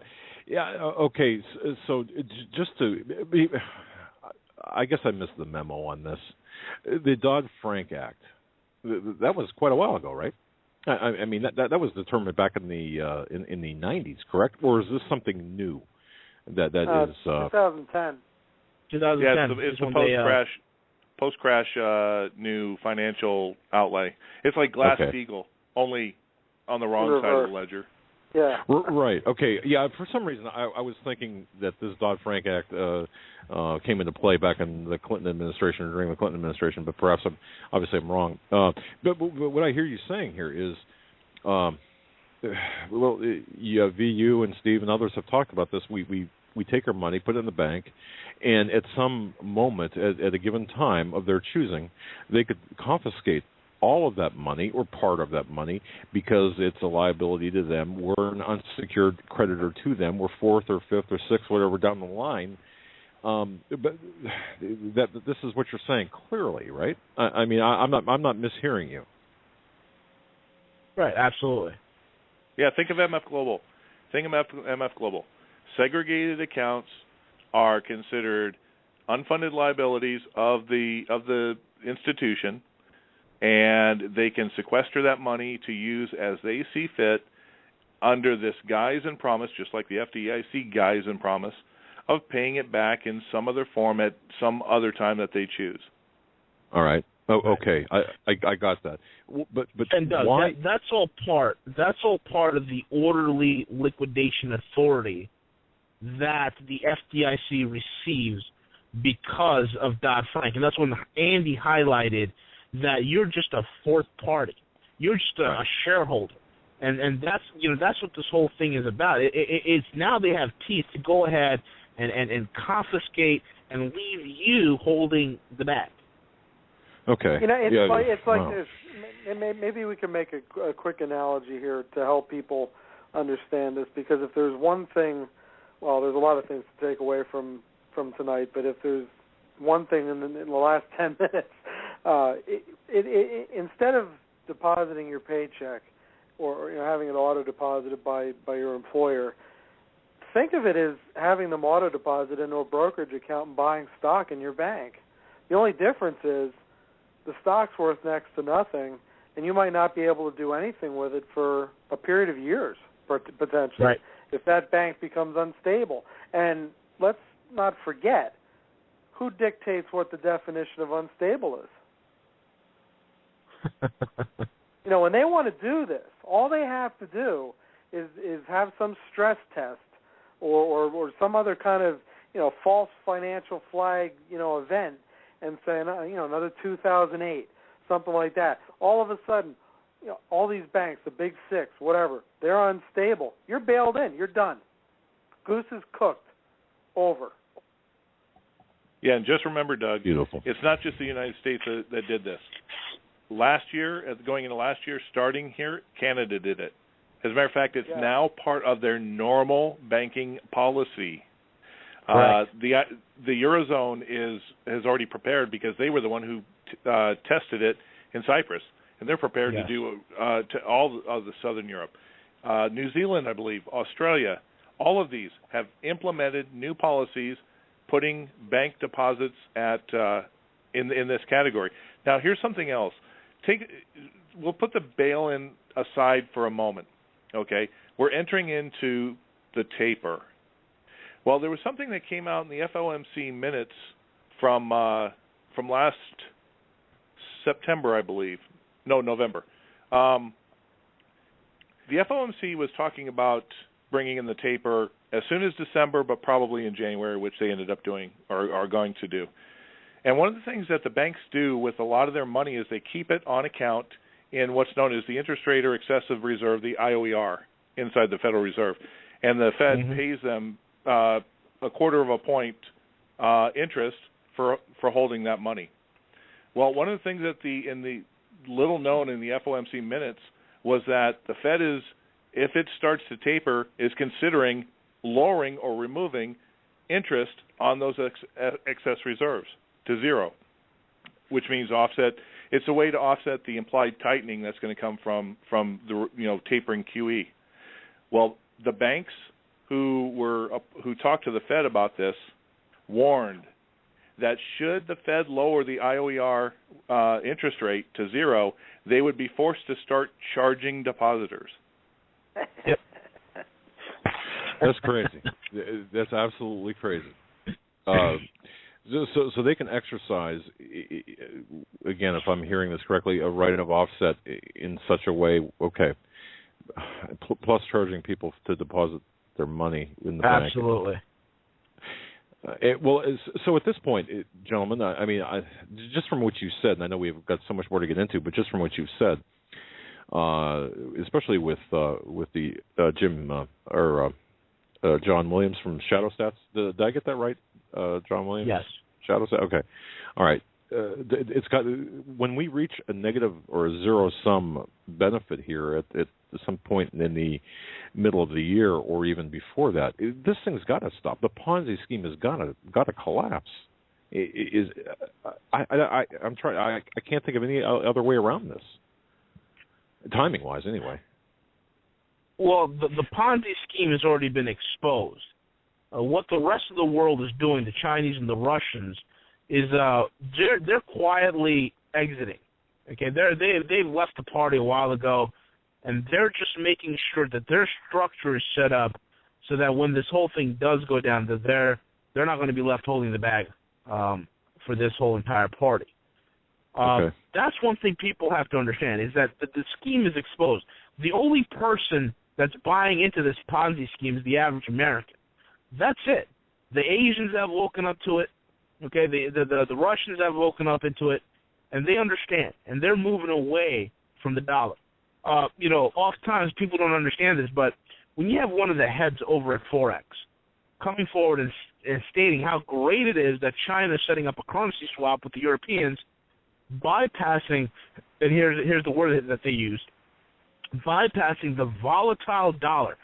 That made the hairs on the back of my neck stand up, because there was never a time when the word volatile and dollar was put together. Never. Okay? Never. So when you have one of the tops at the largest foreign exchange in the world saying dollar and volatile, that's a huge, huge statement, folks, because there was a time when the dollar was as good as gold. Now they're saying volatility and dollar in the same sentence. So they get it. Okay? Financial firms all over the world get it. They're just waiting for this drunken sailor to collapse, and that's us. So they can move on with this coming global reset. Andy, you want to add to that? Yeah, I mean, that's exactly what's happening. I mean, we've got this idea here in America that we have this cloak of immunity because of the dollar standard, the petrodollar, the reserve currency status. We think that we can just go out there and just borrow as much money as we want, spend as much money as we want, and basically do whatever we want, and there's never a piper to be paid. There's never a reckoning day for any of this stuff. We are still, getting back to the paradigm thing. That's the paradigm that the average American is in. We can just do whatever we want financially, and if we blow it, hey, the government's there. They'll take care of us. That's our mentality, and that will end swiftly. And talk about, when this whole thing goes down, another aspect of this, what about all those people that aren't in the workforce that are depending on transfer payments from a government that doesn't have anything to transfer? That's another whole slice of this thing that has to be considered, and that's why I get back to what I said before. What is your average Main Street USA going to look like when this all transpires? And I'm not sure that any one of us can fully get our heads around that. Like Walmart on a Black Friday, perhaps, Yeah, on steroids, maybe. Well, yeah, exactly. And perhaps that's what the bullets, the ammunition is for. I cannot see anything good coming out of this. One question that both Joe and I have here in the studio is what is going to come after this global reset. Will this be a global currency? V, go ahead. You know what? I'm gonna let Ken tackle that one. Go ahead, Ken. I know you have some things to say about that. Nothing's written in stone, you guys. but all indications from those who really are in the know and are looking at all different aspects is it's not a currency per se. It's a trade note. Okay? I think the stigma of a currency for international trade will have really put a bad taste in so many people's mouths, especially for the fact, here's the difference, okay? If there is a reserve currency, that reserve currency can export inflation everywhere. If you have a trade note, then everything is based on a balanced, equal asset, i.e. gold, so there's no inflation or deflation to begin with. Gold is set at the same price, and so no matter if the trade is done across from point to point, the value always remains the same. So that's where I think is going to be, is currencies are forever, or at least for the next phase of humanity's global financial system, currencies are going to remain domestic and internal. There's going to be a gold-backed trade note that's going to be pretty much inflation-free. That's going to be done around the world. I don't know. What are you guys' thoughts? Well, I think that's the power struggle right there. You know, you have a large contingent that wants an internationally gold-backed trade note, and you have the old Anglo-American power structure that's still clamoring for a world reserve currency and fiat paper and all the trappings that go along with that. So it's going to be pretty interesting to see. That's why, you know, you also have the concept of the SDR, the special drawing rights. We've had a couple of what is it called? A couple of conceptual plans put out there using the band core. The band core running off the basket of currencies. You know, so right now it's going to be pretty interesting. You know, right now what's going to come out on top as the winning system is going to be pretty interesting. But that being said, I will tell you right now, and you know, some people out there, he's talking about the Chinese and the Russians. He must love the Chinese and the Russians. No, I don't love them. I'm an American. I love America. I love what she was. You know, the greatest, freest country the world's ever seen. I hate what she's become. But that being said, the East holds all the cards. They have all the hard assets. So if I'm talking about leveraging and power, I think there's a very strong component.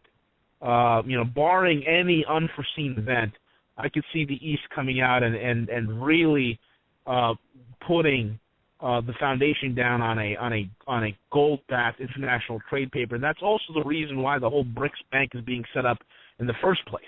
It's expressly for the gold-backed trade paper. You know, that's what this whole thing is about. So there's definitely a major paradigm shift that's going away from America. I mean, look at how many nations, even with the internet, with this whole NSA spying thing that's blown up on on Obama again. You have the world that wants to get away not only from the dollar but also from a U.S.-centric internet.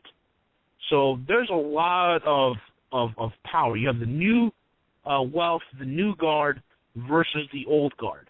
So it's going to be pretty interesting to see what transpires. It's hard to pick at the moment. Andy, you want to add? I'm going to go with you. I'm going to say, and I'll take it a step further. I'm putting, I don't know, my international gold-backed trade notes on the East at this point, just because of what you said. They've got the tickets, they've got the assets, they've got the tangibles, they've got the alliances. They're creating more alliances. They've got the bank that they've set up. The whole infrastructure is there. Now, what they don't have, and this could be their Achilles heel right now, is what you just said. They don't have that separate communications system set up yet.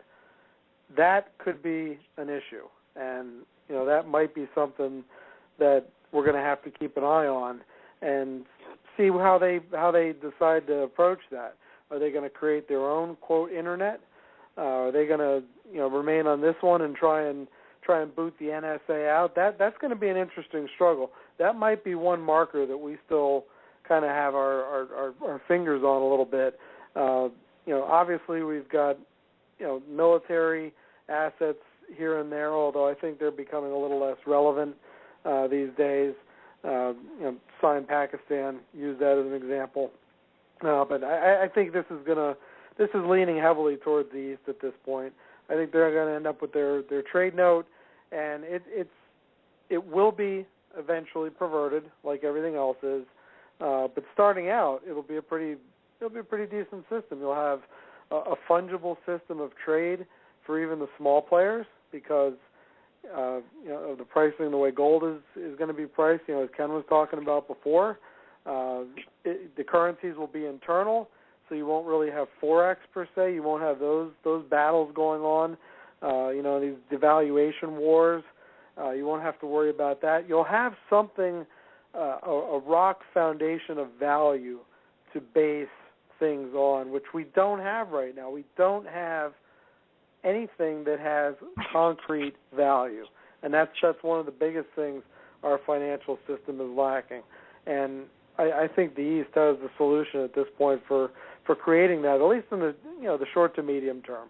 Like I said, eventually I think they'll end up abusing it, just like every other currency system, and eventually gets abused. But going forward, I think they've got the inside track. Gentlemen, we're at the top of to the third and final hour of the Hagmann Hagmann Report on this Friday, January 10th, 2014. I don't know what's going on with the audio there during that commercial break. I hear the volume fluctuating, and some of the people in the chat room were saying that the commercials were rather loud. I apologize for that.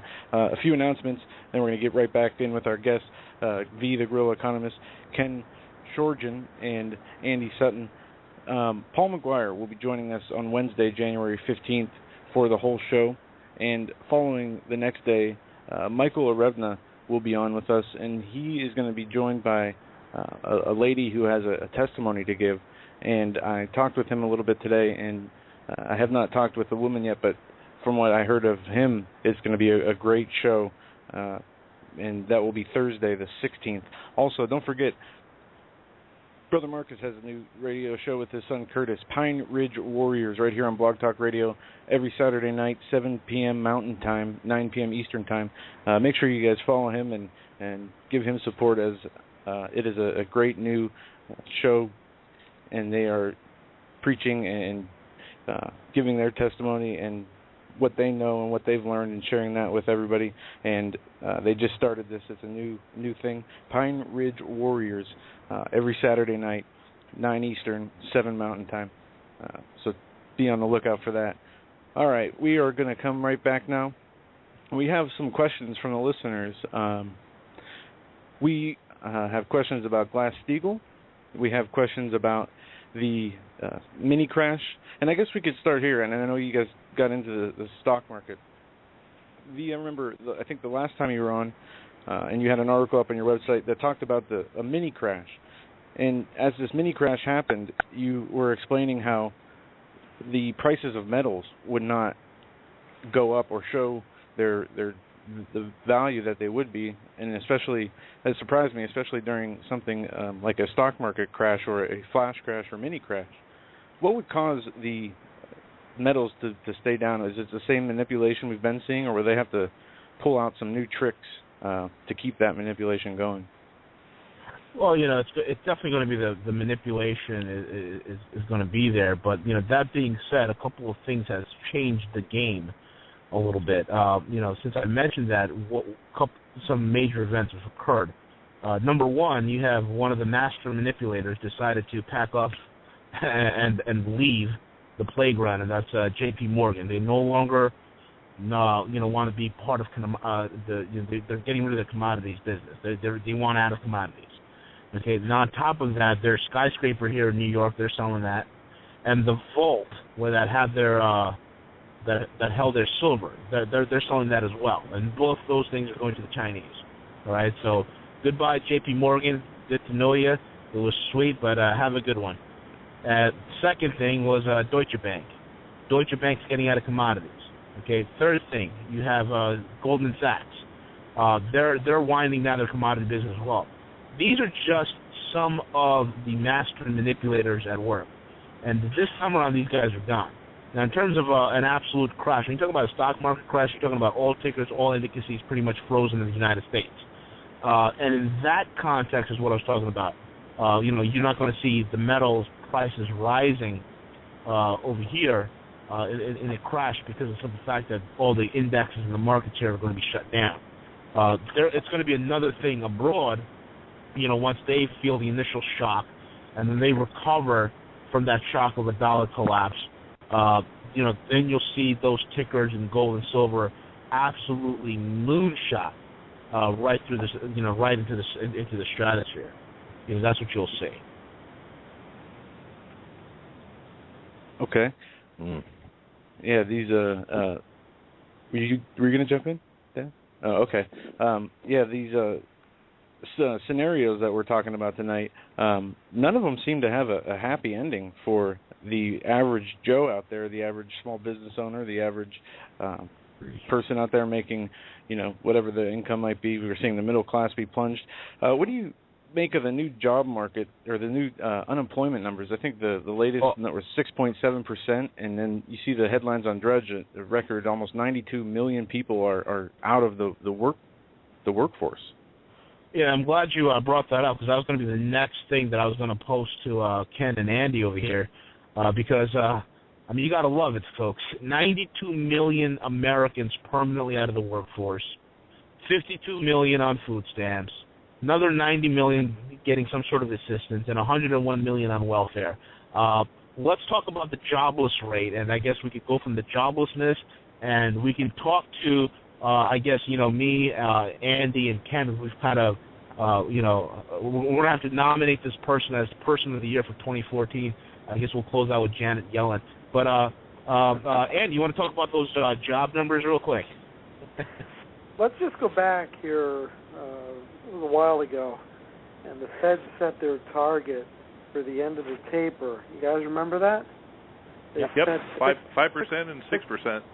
Yeah, 6.5 was thrown in there too, as a possible number. So we're getting right up here to the time where this is going to start to kick in. But the important thing to notice for the people, because you don't hear this on the mainstream for the most part. That unemployment rate didn't go down because we created a bunch of jobs. It went down because a bunch of people dropped out of the workforce. There's a big difference. We have more and more people. Food stamps, I don't even know how many months it is consecutively now that subscription to that program has increased. Record high after record high after record high. I lost track. All these social support programs, these quote-unquote Great Society dinosaurs from the 1960s have been stressed, and stressed to the point where they're about ready to break. The job market isn't getting better. This is Bernanke's legacy. Go back to 2009. You remember he got in front of Congress and with unmitigated gall said, we are going to have a jobless recovery. Do you guys remember that? That is Absolutely. The only thing that guy said that has been spot on. They knew this was the plan. This is not an accident. This is not we made a policy error.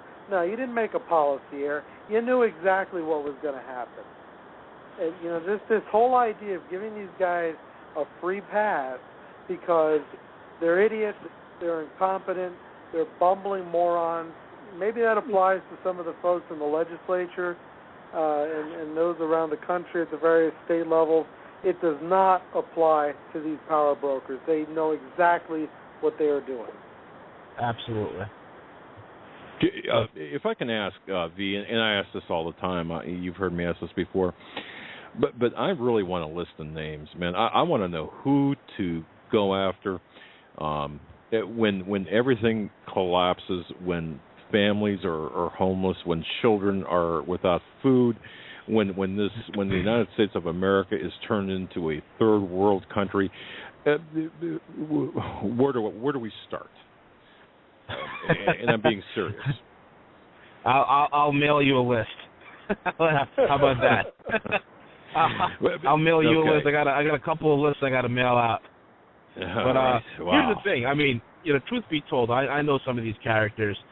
They're sources of mine that also know what's going on, and they're very upset with what's going on, because they're seeing the whole market being turned topsy-turvy, being rigged and siphoned. And look, it's not, from a lot of the data that's coming out, it's not a far conceived notion where you're going to have some, disgruntled, angry former military commanders getting together with a bunch of disgruntled, angry heads of banking, and names will be given and addresses will be given out, and you're going to see some action. And maybe that's what they want. Maybe that's what they want. But it's not going to be pretty, But that being said, Ken, do you want to add anything to that? Well, some of the interesting things when you take a look at the unemployment numbers and how they relate to today, the fact is that who is, you have to look at from a social and an economic standpoint of who is Obama. He's a Marxist. Okay, right. You have to look at who his masters are. Okay, they're the powers that be that want chaos to create a new order. So to worry about which politician, which Fed president, which person in the economy, et cetera, is the one we should go after. The point is that they're all working cahoots for a specific goal. The specific goal is, after the crash of 2007, the housing bubble, everything has been put in motion to take as much wealth from America as possible, because they deep down and they looked at the numbers and they discovered there is no going back. There is no reset. Okay, I think in 2008, especially when Paulson threatened the House of Representatives that there would be martial law in the streets, they knew that there was no going back. You're talking institutions that had been around for 100 years and had been through the Great Depression and had been through the great turmoil of the 70s and all these different aspects. They fell instantly overnight. Okay, they knew that the jig is up, and so what this has been is it's been simply kicking the can down the road. They've been borrowing money to make sure that everybody's got just enough welfare to eat and to have a place to stay, but never to get ahead. There's been no loans to small businesses. There's been no money put into growth by the corporations. You want to know why that for all the money that the Fed has printed, we haven't seen this massive inflation? That's usually one of the questions I get from people. Hey, if there's going to be hyperinflation, why don't we have massive inflation now? And it really has to get down to that technical term called velocity of money. Yes. Okay? The money is created, and normally velocity money, to give a good definition of it, is I have $100 and I need to replace a window in my store.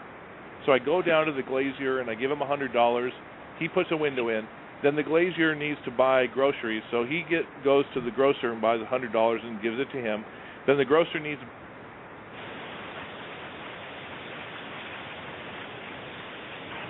Did we lose you? Hello? Oh, I think he dropped off. We'll get him back on off? that. Ken. Ken, are you there, buddy? The NSA must not have approved of his response. His definition. V or Andy, I noted you nodding in approval there from my spy cam. So Andy, if you want to go ahead and complete what Ken was saying. Well, how about if I finish his point? If I get kicked off, then we kind of know what's going on here. Exactly. Yeah, he's exactly right. The velocity is basically, if you think about it from a business standpoint, inventory turnover, how fast the money moves through the system.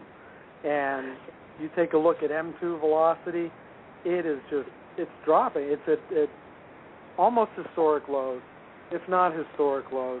That's one of the real problems. They can't, all the QE, all the trillions in commitments from the Fed, all the deficits, borrowing and spending by the government, and they can't get the money to move. And that is one of the biggest problems of this whole situation. And going back to 2008, that whole thing was starting to develop then. And I think they saw the writing on the wall then, and they realized this whole thing is is up. You know, the sword has been plunged into the dragon's heart, and death is imminent. But you know what? It's that tail that whips around as the dragon's dying that sometimes gets you, and that's what we're dealing with right now. This thing is dying. This whole Anglo-American financial empire, if you will, it's dead. It's dying. It's collapsing, and you got to get out of the way because it'll take you along with it, and it won't even think twice. Right. And gentlemen, sorry to interrupt, but we do have Ken back with us. Yeah, sorry, I forgot to feed my phone's hamster. He probably passed out, and I needed to give him some more food. So. These new. I'm telling you, these new digital. We should have never switched from analog to digital, but that's just my opinion. Well, V. Now you were talking about Janet Yellen. Excuse me, Janet Yellen coming in, and we know we haven't covered that yet. Bernanke, not my favorite guy, certainly, and to me he's done a lot of damage. For number one, why did he bail, and then why Yellen, I guess, and then why don't you go ahead and take it from there? Yeah, one of the things that me and Andy and Ken were talking about prior in the week was Yellen. What was the whole strategy of putting this person who has zero experience in banking, has been nothing but a paper-pushing academician her whole life. She's married to a guy who's a Nobel Prize winner in economics because he wrote position papers demonizing the free market. Why did they choose this woman?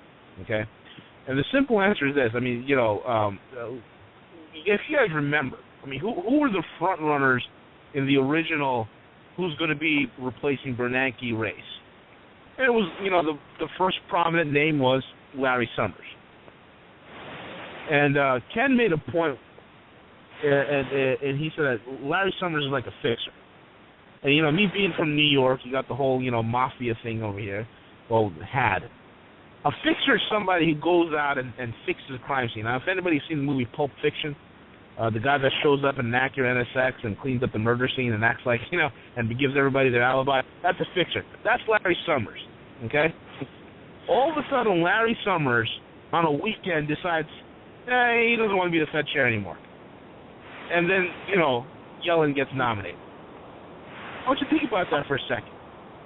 You got Yellen, who is, what Andy said earlier, is a dove with condor-sized wings. She is a person who believes in lowering the unemployment rate by more QE.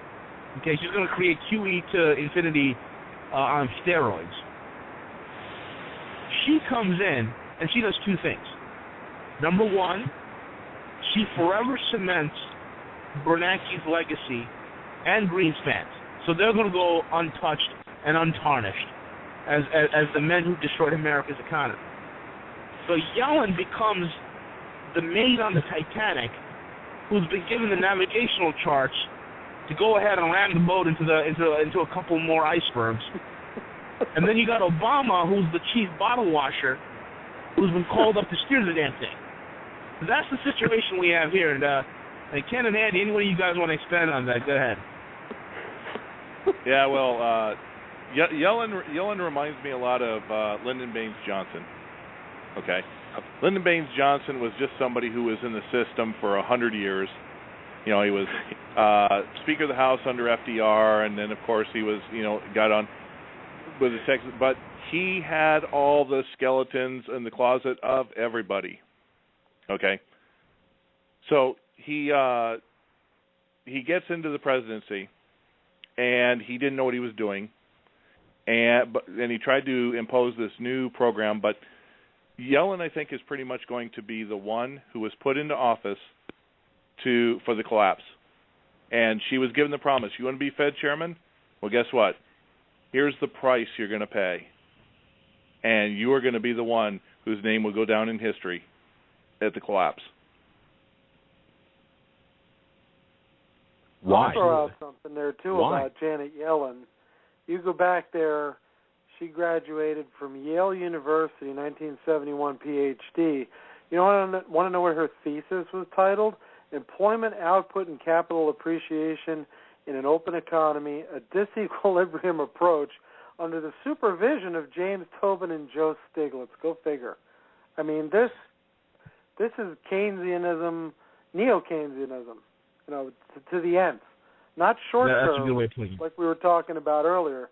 She's talking about Keynesianism ad nauseum. I mean, she's never seen an intervention or an interference that she hasn't liked.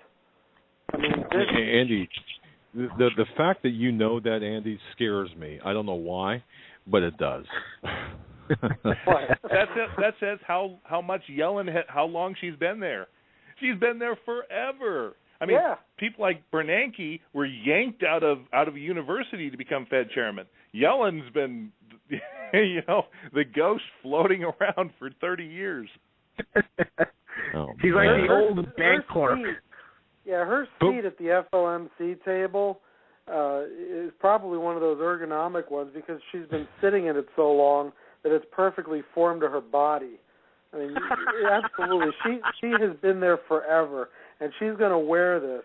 It's going to be like an albatross in her back. She's going to wear the end of the dollar standard. Why would she, raise her hand up and say, "Yeah, I'll fall on my sword for you guys"? Why would she do that? She's a globalist.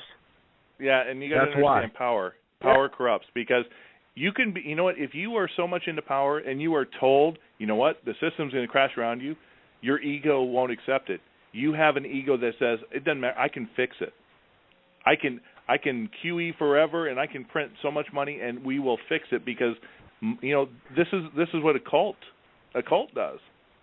When you're programmed so much in a specific ideology, then you just can't help but believe that the ideology will always be successful.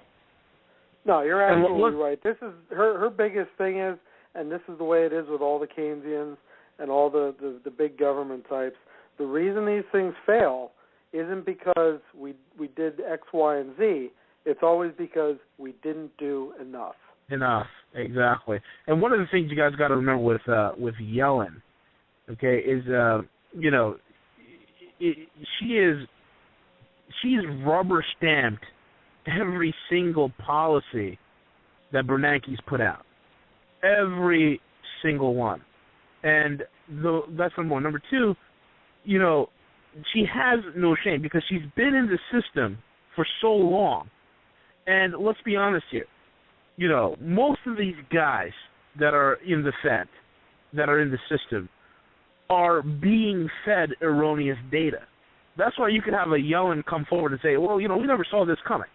Just like we never saw this market about to crash. We never anticipated this. None of the indicators were there. Well, indicators were there. The problem is they're not looking at the real data.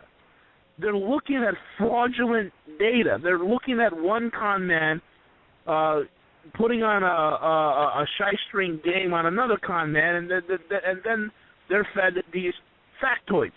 And that's what Yellen is. She's a believer in the system. And she's so inured in the system. She's just an automaton. She's a perfect yes girl. And that's why they got her. She's the perfect one. It's unbelievable. Marvelous. Yeah. Okay. And now I can see it. So it's an extension. And you mentioned, Ken, the occult. I believe what we're seeing here is really evil incarnate, of course, with our monetary system. And I've been told, and in fact, V, you mentioned this too, where you've seen some odd things at various times. I've been told this as well by others. Well,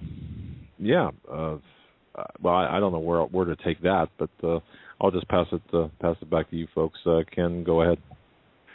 Well, I understand exactly what you're saying, and yeah, you know what? If you go back to the history, pretty much all these banking families are part of the secret societies, and they follow the ancient Babylonian mystery schools.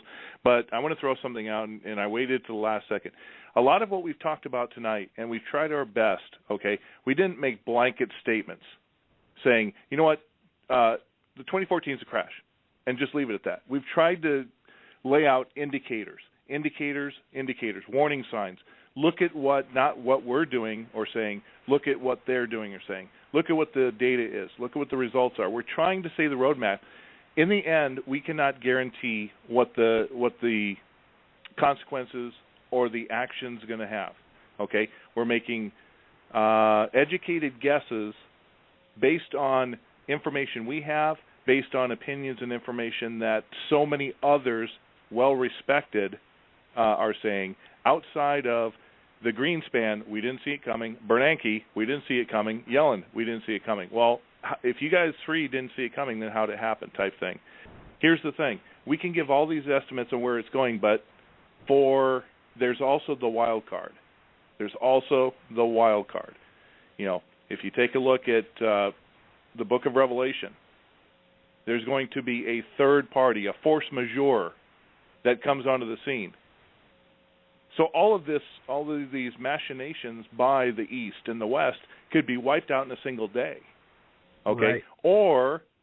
Or one side or both could be both working their way, even if they don't realize it, towards that final institution of that. So there's so many things at play. It's not a matter of focusing on the events. What it is focusing on internally, not getting overwhelmed by it, and, realizing that there are certain probabilities are going to happen. Currency is going to go away, or it's going to be devalued, one of the two. If it's going to go away or devalued, what's my solution? Okay, if the economy is going to crash or the stock market's going to crash, what choices and solutions do I have? That's part of what roguemoney.net's all about. This is about why V has taken on this task of trying to help people take their wealth, take their money, and give them advice on what is going to happen with all the potentials laid out. Because we're not omnipotent, we're not perfect, and in the end, even if we're 60 to 70% right on our assessments, that still means that 30% of the people have gotten bad information. So there's a lot of things going out there, but we try to give the road marks and the indicators and let people make the decisions and choices based on their best knowledge. Because in the end, that's really all we can do. Right. Well, roguemoney.net, folks, definitely bookmark that website. Of course, V, the Guerrilla Economist, roguemoney.net. The link is right there off of HomelandSecurityUS.com. And, of course, Ken Shorgren's articles, The Examiner, Financial Examiner. Joe, you were talking about every time when you would come on with Steve. Ken, we actually have been fans of yours. We noticed that I have a Google alert, email alert, and after V would come on, I started seeing your articles in the Examiner, and we didn't know you at the time, and I thought that it was great. I was wondering, who's over there listening to our show or telling this guy about our show that he's listening and writing articles about it, and it's nice to have you on here and be able to talk to you because, like I said, for months when V'd come on, we'd be reading your articles and. I think I have them all saved actually on my computer. Absolutely, and to tell you how divinely appointed this is, Andy Sutton is kind of our neighbor almost, very close by. And of course, Mr. Sutton, a professional, a very extremely well-known individual in his own right. I did, and folks, certainly Sutton-associates.net. It's hard linked off of HomelandSecurityUS.com. His January 10th article, just a fantastic article referencing the IMF working paper penned by the Harvard dynamic duo Ken Rogoff and Carmen Reinhardt. Wow. You just can't make this stuff up. V, I'm going to toss it back to you. We covered a lot of ground tonight, and you, by the way, and folks, $2.99 a month. You can't beat it. RogueMoney.net. But that said, V, we've got about 20 minutes left. What do we need to do? I mean, is there anything proactive that Americans and people listening, because we've got listeners all over the world, what should the awake people be doing right now? Well, the most important thing is this. I think between Andy and Ken and myself, we've painted a picture, and irrespective of exactly how the nuances and the minutia plays out, there is an overarching theme, and that overarching theme is that your way of life, your dollar, your currency that you've used, and your quality of life is going to drastically change. It's not a matter of if, it's just when, and that when is a fast-approaching bullet train, and it's pulling into the station very, very soon. So that's the guarantee right there. Now, you'd have to prepare yourself, and I've thrown this out there many times. Look, there's a game here, and I'm gonna throw this out there because I was actually meeting with one of my guys this morning over in White Plains, New York, right outside of Manhattan, and I was meeting with him because this is a gentleman who's helped me. He's helped countless others who are former bankers. Look, folks, you got to understand this. The system is rigged, okay? The banksters expect you to play by their rules, but they themselves don't play by those rules, okay? And one of the best things I've ever received that I've been taught while, working in the professional world was break all the rules, but don't break the law, okay? So that being said, folks, you got to learn how to operate outside the system. And the short time that you have, you got to make proper preparations. You're in paper, you got, X amount of money in sitting in the market, you got to pull it. You got to get into hard assets. You got to get into precious metals. I've been using Steve Quayle in order to get metals for myself as well as my clientele. You guys can contact me at guerrillaeconomist@gmail.com. And also, another thing that's going to be big that I'm going to touch upon real quick before I hand it over to these guys, credit. Okay, one of the things because of this economic crisis with people losing jobs and the transitions in employment, the financial constraints that have happened, people have had their credit scores absolutely ruined, okay? And for years and decades, people didn't know how to fix their credit except pay their debts or do a credit consolidation, that type of thing. But the inside secret is with our banksters. I want to ask you guys. I'm going to tell you guys this. How do you think you have a bankster who was able to go into bankruptcy and then 2 weeks later he's out and about, he's buying a car, he's buying himself a Ferrari, he buys himself a house, and his credit score goes from a 500 to a 757? I mean, how do you do that? These are some of the inside secrets.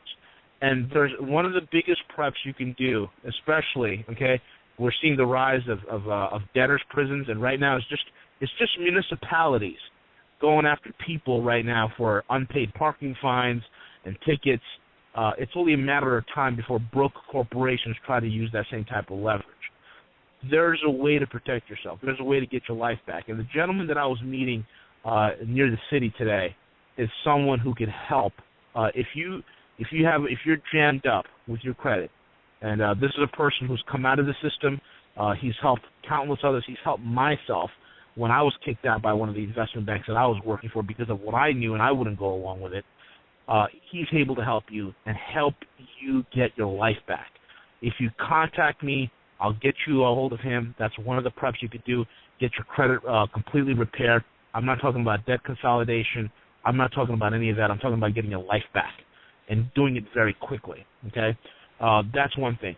The other thing is, get out of whatever debt you have. Try to take care of that.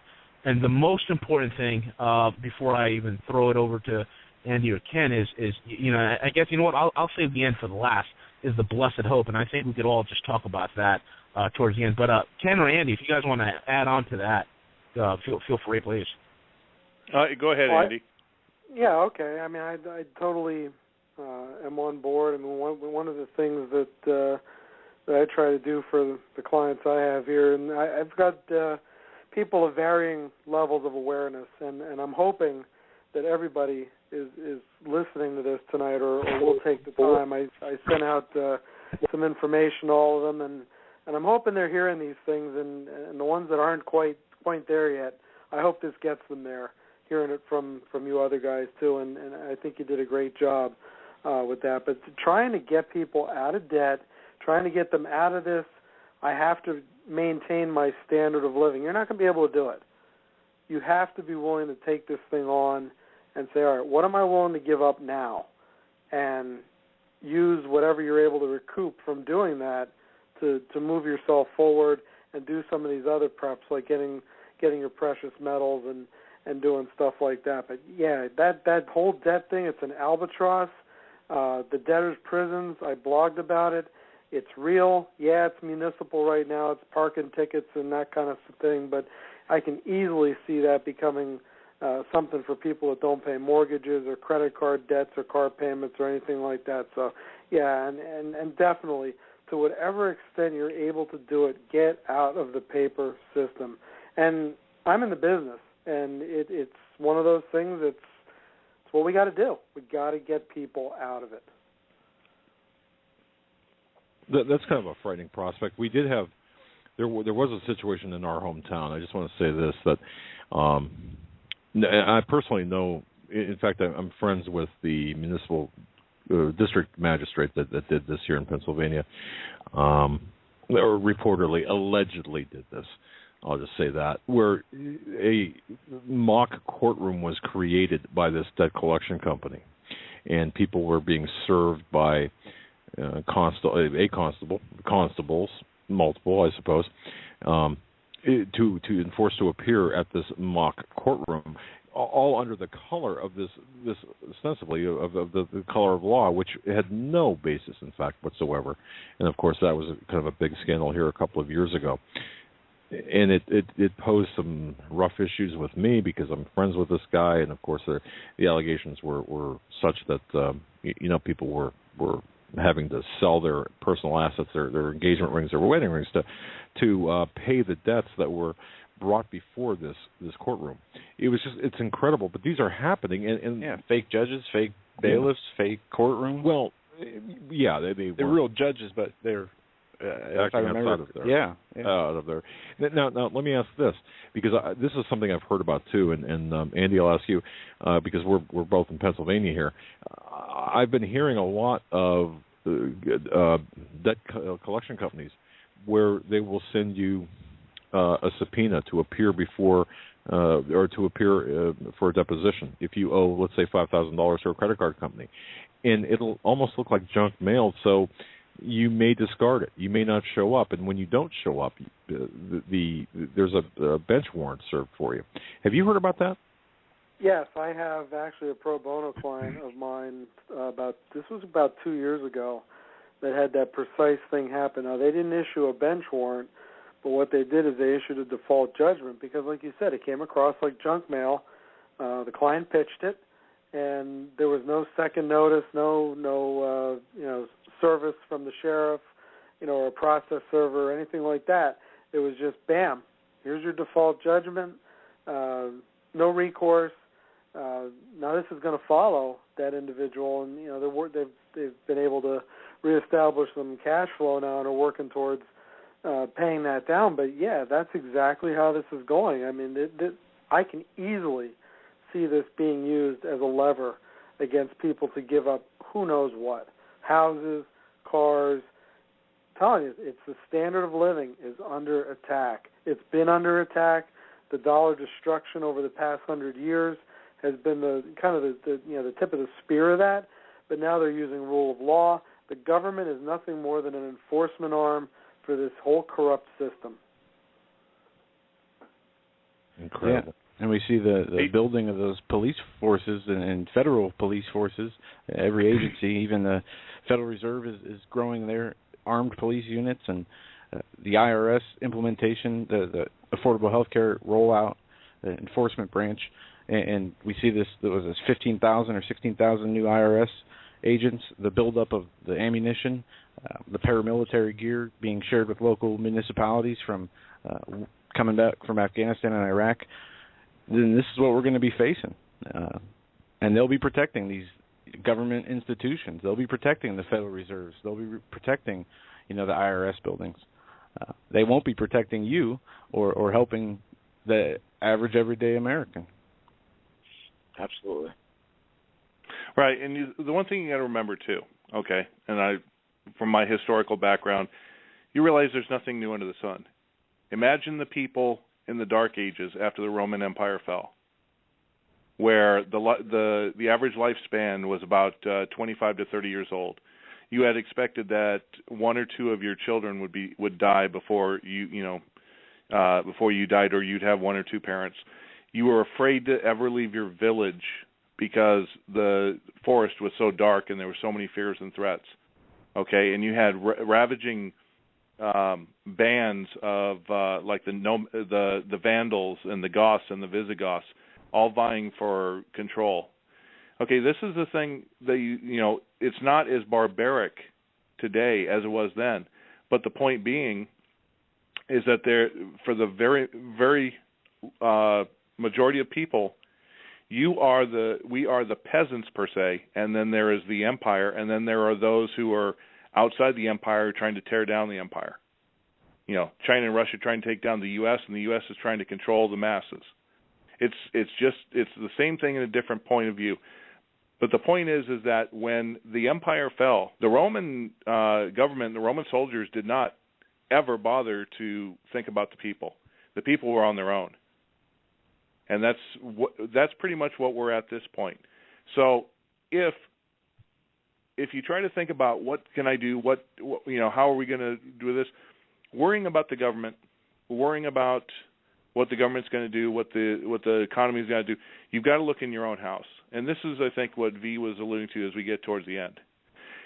There are several different options, but it all depends on what your spiritual level is.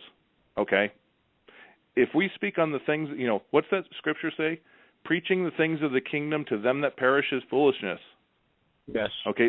The real truth of the matter is if we give advice, spiritual advice to non-Christians, then it's going to go over their heads and be meaningless.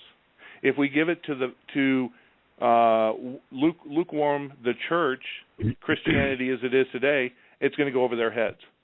But if we give it to spirit-filled people whose trust and reliance, no matter what, is on God and on the power of God and the manifestation, then it's going to work. So there, in many cases, the advice that we give or the views have to be tempered on who our audience is. Am I speaking to a secular on financial things? Am I speaking to a Christian who believes in the unscriptural thing, God helps those who help themselves? That's Old Testament. That's Old Testament. That's not New Covenant. Am I speaking to a spirit-filled person in the kingdom who realizes that if you have the trust of a mustard seed and do not doubt, then you can move mountains and nothing is impossible? So if you're thinking in that aspect, then if I don't have any food, I can manifest it just like Jesus did. If I have bad water, I can turn it to good water just as Jesus did, et cetera, et cetera. I don't have to worry about stockpiling things. I have the power that created the universe within me that I can do this. If I'm talking to somebody who's a Christian in the churchianity, well, yeah, they're going to want to prep and they're going to want to supply themselves. And they're going to want to figure out how to, the patriot movement type thing. Or if you have the seculars who don't really believe in the spiritual aspect of what is happening, they're going to say, okay, just give me good financial advice, I'll take it and I'll move on. You see what I'm saying there, Doug and Joe?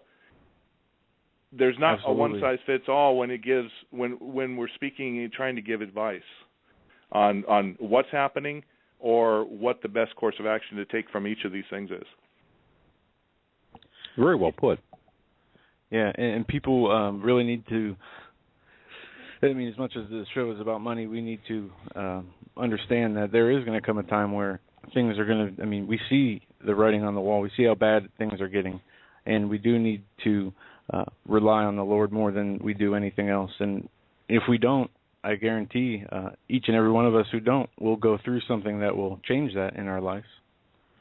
Absolutely. And it won't be pretty going through it that way, but... And just for the listeners tonight, I want to invite you to our special Sunday edition this Sunday with Pastor David Langford and Steve Quayle. We're going to be talking about this. We're kind of an extension of this tonight, so it's going to be great. But go ahead, V. Didn't mean to interrupt that. People people are probably always wondering, and Andy gets this, Ken gets it, and I get it all the time as well. How can you guys read all this bad news and still keep sane? And the answer is quite simple.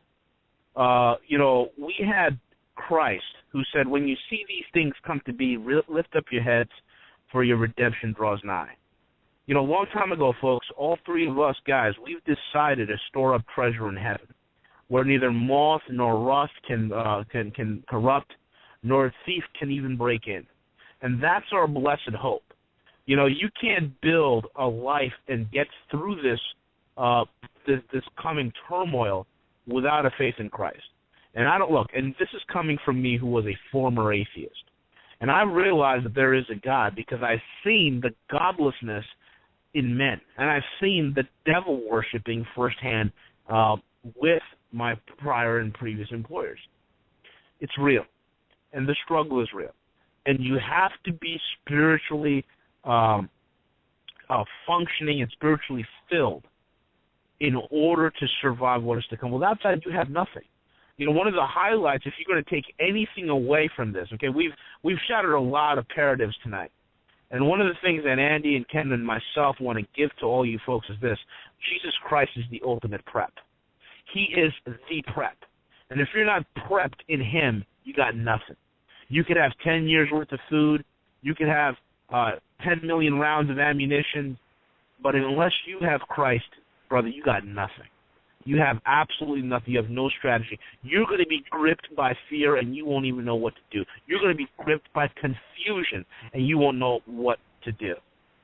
Andy or Ken, if you guys want to add anything to that. Yeah, I'd like to throw something in there. And we know who the author of confusion is, and we know that God's given us not the spirit of fear, but that of a sound mind. And you kind of took away a little bit about what I wanted to say there, but Sorry, brother. that's all right. I've got to agree 100%.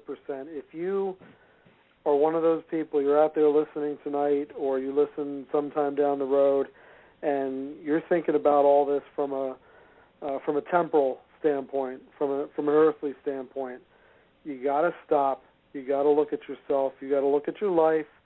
You got to look at who you are before a holy God. You got to humble yourself before him. Amen. And you got to accept what his son did for you. And when you do that, your fears will go away. You will not be afraid. You will not feel like the world is ending and panic and all this other stuff that you see so many people having to deal with now. You will have true peace. Really, even in this time of total chaos, you can have true peace, because you know when this is all over, no matter how it shakes down, the Bible says everyone will believe, every head will bow. And you know what? The guys that don't want to do it now, they will eventually. I would encourage strongly anybody who's not there to really, if you forget about the last 3 hours. This is the most important decision and the most important thing you could ever do for yourself, and it's because it's for all eternity. That's what it's all about. It's not for 5 years. It's not for 2014. It's forever. Amen. Amen, indeed. Wow. And folks, I hope you can appreciate what these men just said in the last few minutes of the last segment of the show. That's what it's all about. And it's, tough guys like to perhaps think that we can do this on our own. We can't do it on our own, and nor should we. So truly, men of God. Nor do we have to. Well, that's right. That's exactly. Man. Wow. Well, V and Ken and Andy, I'll tell you what, it's been a very informative 3 hours. I just cannot thank you folks enough for taking your time out on a Friday evening. I'm sure you had numerous other things that you could be doing, but you spent it with us. Thank you for that. And our audience thanks you. We're getting very inundated with emails here about your appearance. And, of course, vroguemoney.net. Ken, just go to HomelandSecurityUS.com. The top story right there, it'll link you to all of the websites. A couple minutes left. V, go ahead. Take us out as you believe that we should. Any final thoughts, sir? Yeah, just want to thank these guys for coming on, and these guys are my brothers in arms, and it's been such a joy and a pleasure. You know, every single time I come on, I always say to myself, "Hey, man, that's the best show I've ever done." And tonight was so special because it's like you had three fantastic economic minds, and we gave it to you guys, and we laid it all on the field tonight. And I hope, and I know for a fact that that's what people are going to take out of this. You guys could, reach us at, all three of us are on Rogue Money. I mean, I see Rogue Money as a hub for all of us. We all kind of hang out there, and, Andy's there, and Ken's there, and I'm there, and, we also got this guy named John L. He's there as well. And so it's a growing thing, and, anybody needs help, reach out to me, guerrillaeconomist, at gmail.com. If you need your credit fixed, again, folks, you got 2014 is the last year to do it. Because 2015, all three credit bureaus are going away. You're going to have only one credit bureau. This gets us set up for the debtors' prisons and things of that sort. If you want to get that fixed, there's info.topcreditpros123@gmail.com, or you can contact me. I'll get you in a hold with these guys. I can fix you guys up. They're believers as well. Let's make this year count. Let's make this year special. That's all I got to say, and God bless you all. Gentlemen, thank you so very much for spending your time tonight. Well, that'll do it, folks, for this edition of the Hagmann Hagmann Report. I want to thank, again, all three gentlemen, Andy Sutton, Ken Shorgen, and also, via the Guerrilla Economist. Lost my voice there for a second. Thank you, gentlemen, for coming on tonight. That'll do it for tonight. Tomorrow night, we're going to be on Braveheart Radio at 7 o'clock. We'll put something up on the website, and, of course, on Sunday we will be having a special program here. A special program here with Steve Quayle and Pastor David Langford. Definitely tune into this. Yeah. Tune into that Sunday night. Yeah, and it was a great show tonight, gentlemen. And V, it's been a while, and I'm glad to have you back on here. And Ken and Andy, you guys are always welcome to come back on. From what the chat is saying, they really enjoyed the show and got a lot out of it. So we really appreciate your time and the contributions you made on the air tonight. It's been a great show. It went really fast. I don't know if it went fast for you guys, but it did for us, and we really appreciate it. It did. Hey, it was a pleasure being here. I appreciate you guys having me on, and like I said, it's an honor, and it was just great being here and having the chance to share some time with you guys. So, yeah, the pleasure's all here. Yeah, all right, amen. Brothers. Amen. A lot of fun. All right. If you can't have fun staring crisis in the face, you know what? You're on the wrong planet. and we stare at 24/7 right in the face. Absolutely. Well, gentlemen, good night, and again, thank you so much for your time, folks. That'll do it until Sunday. God bless. Stay safe.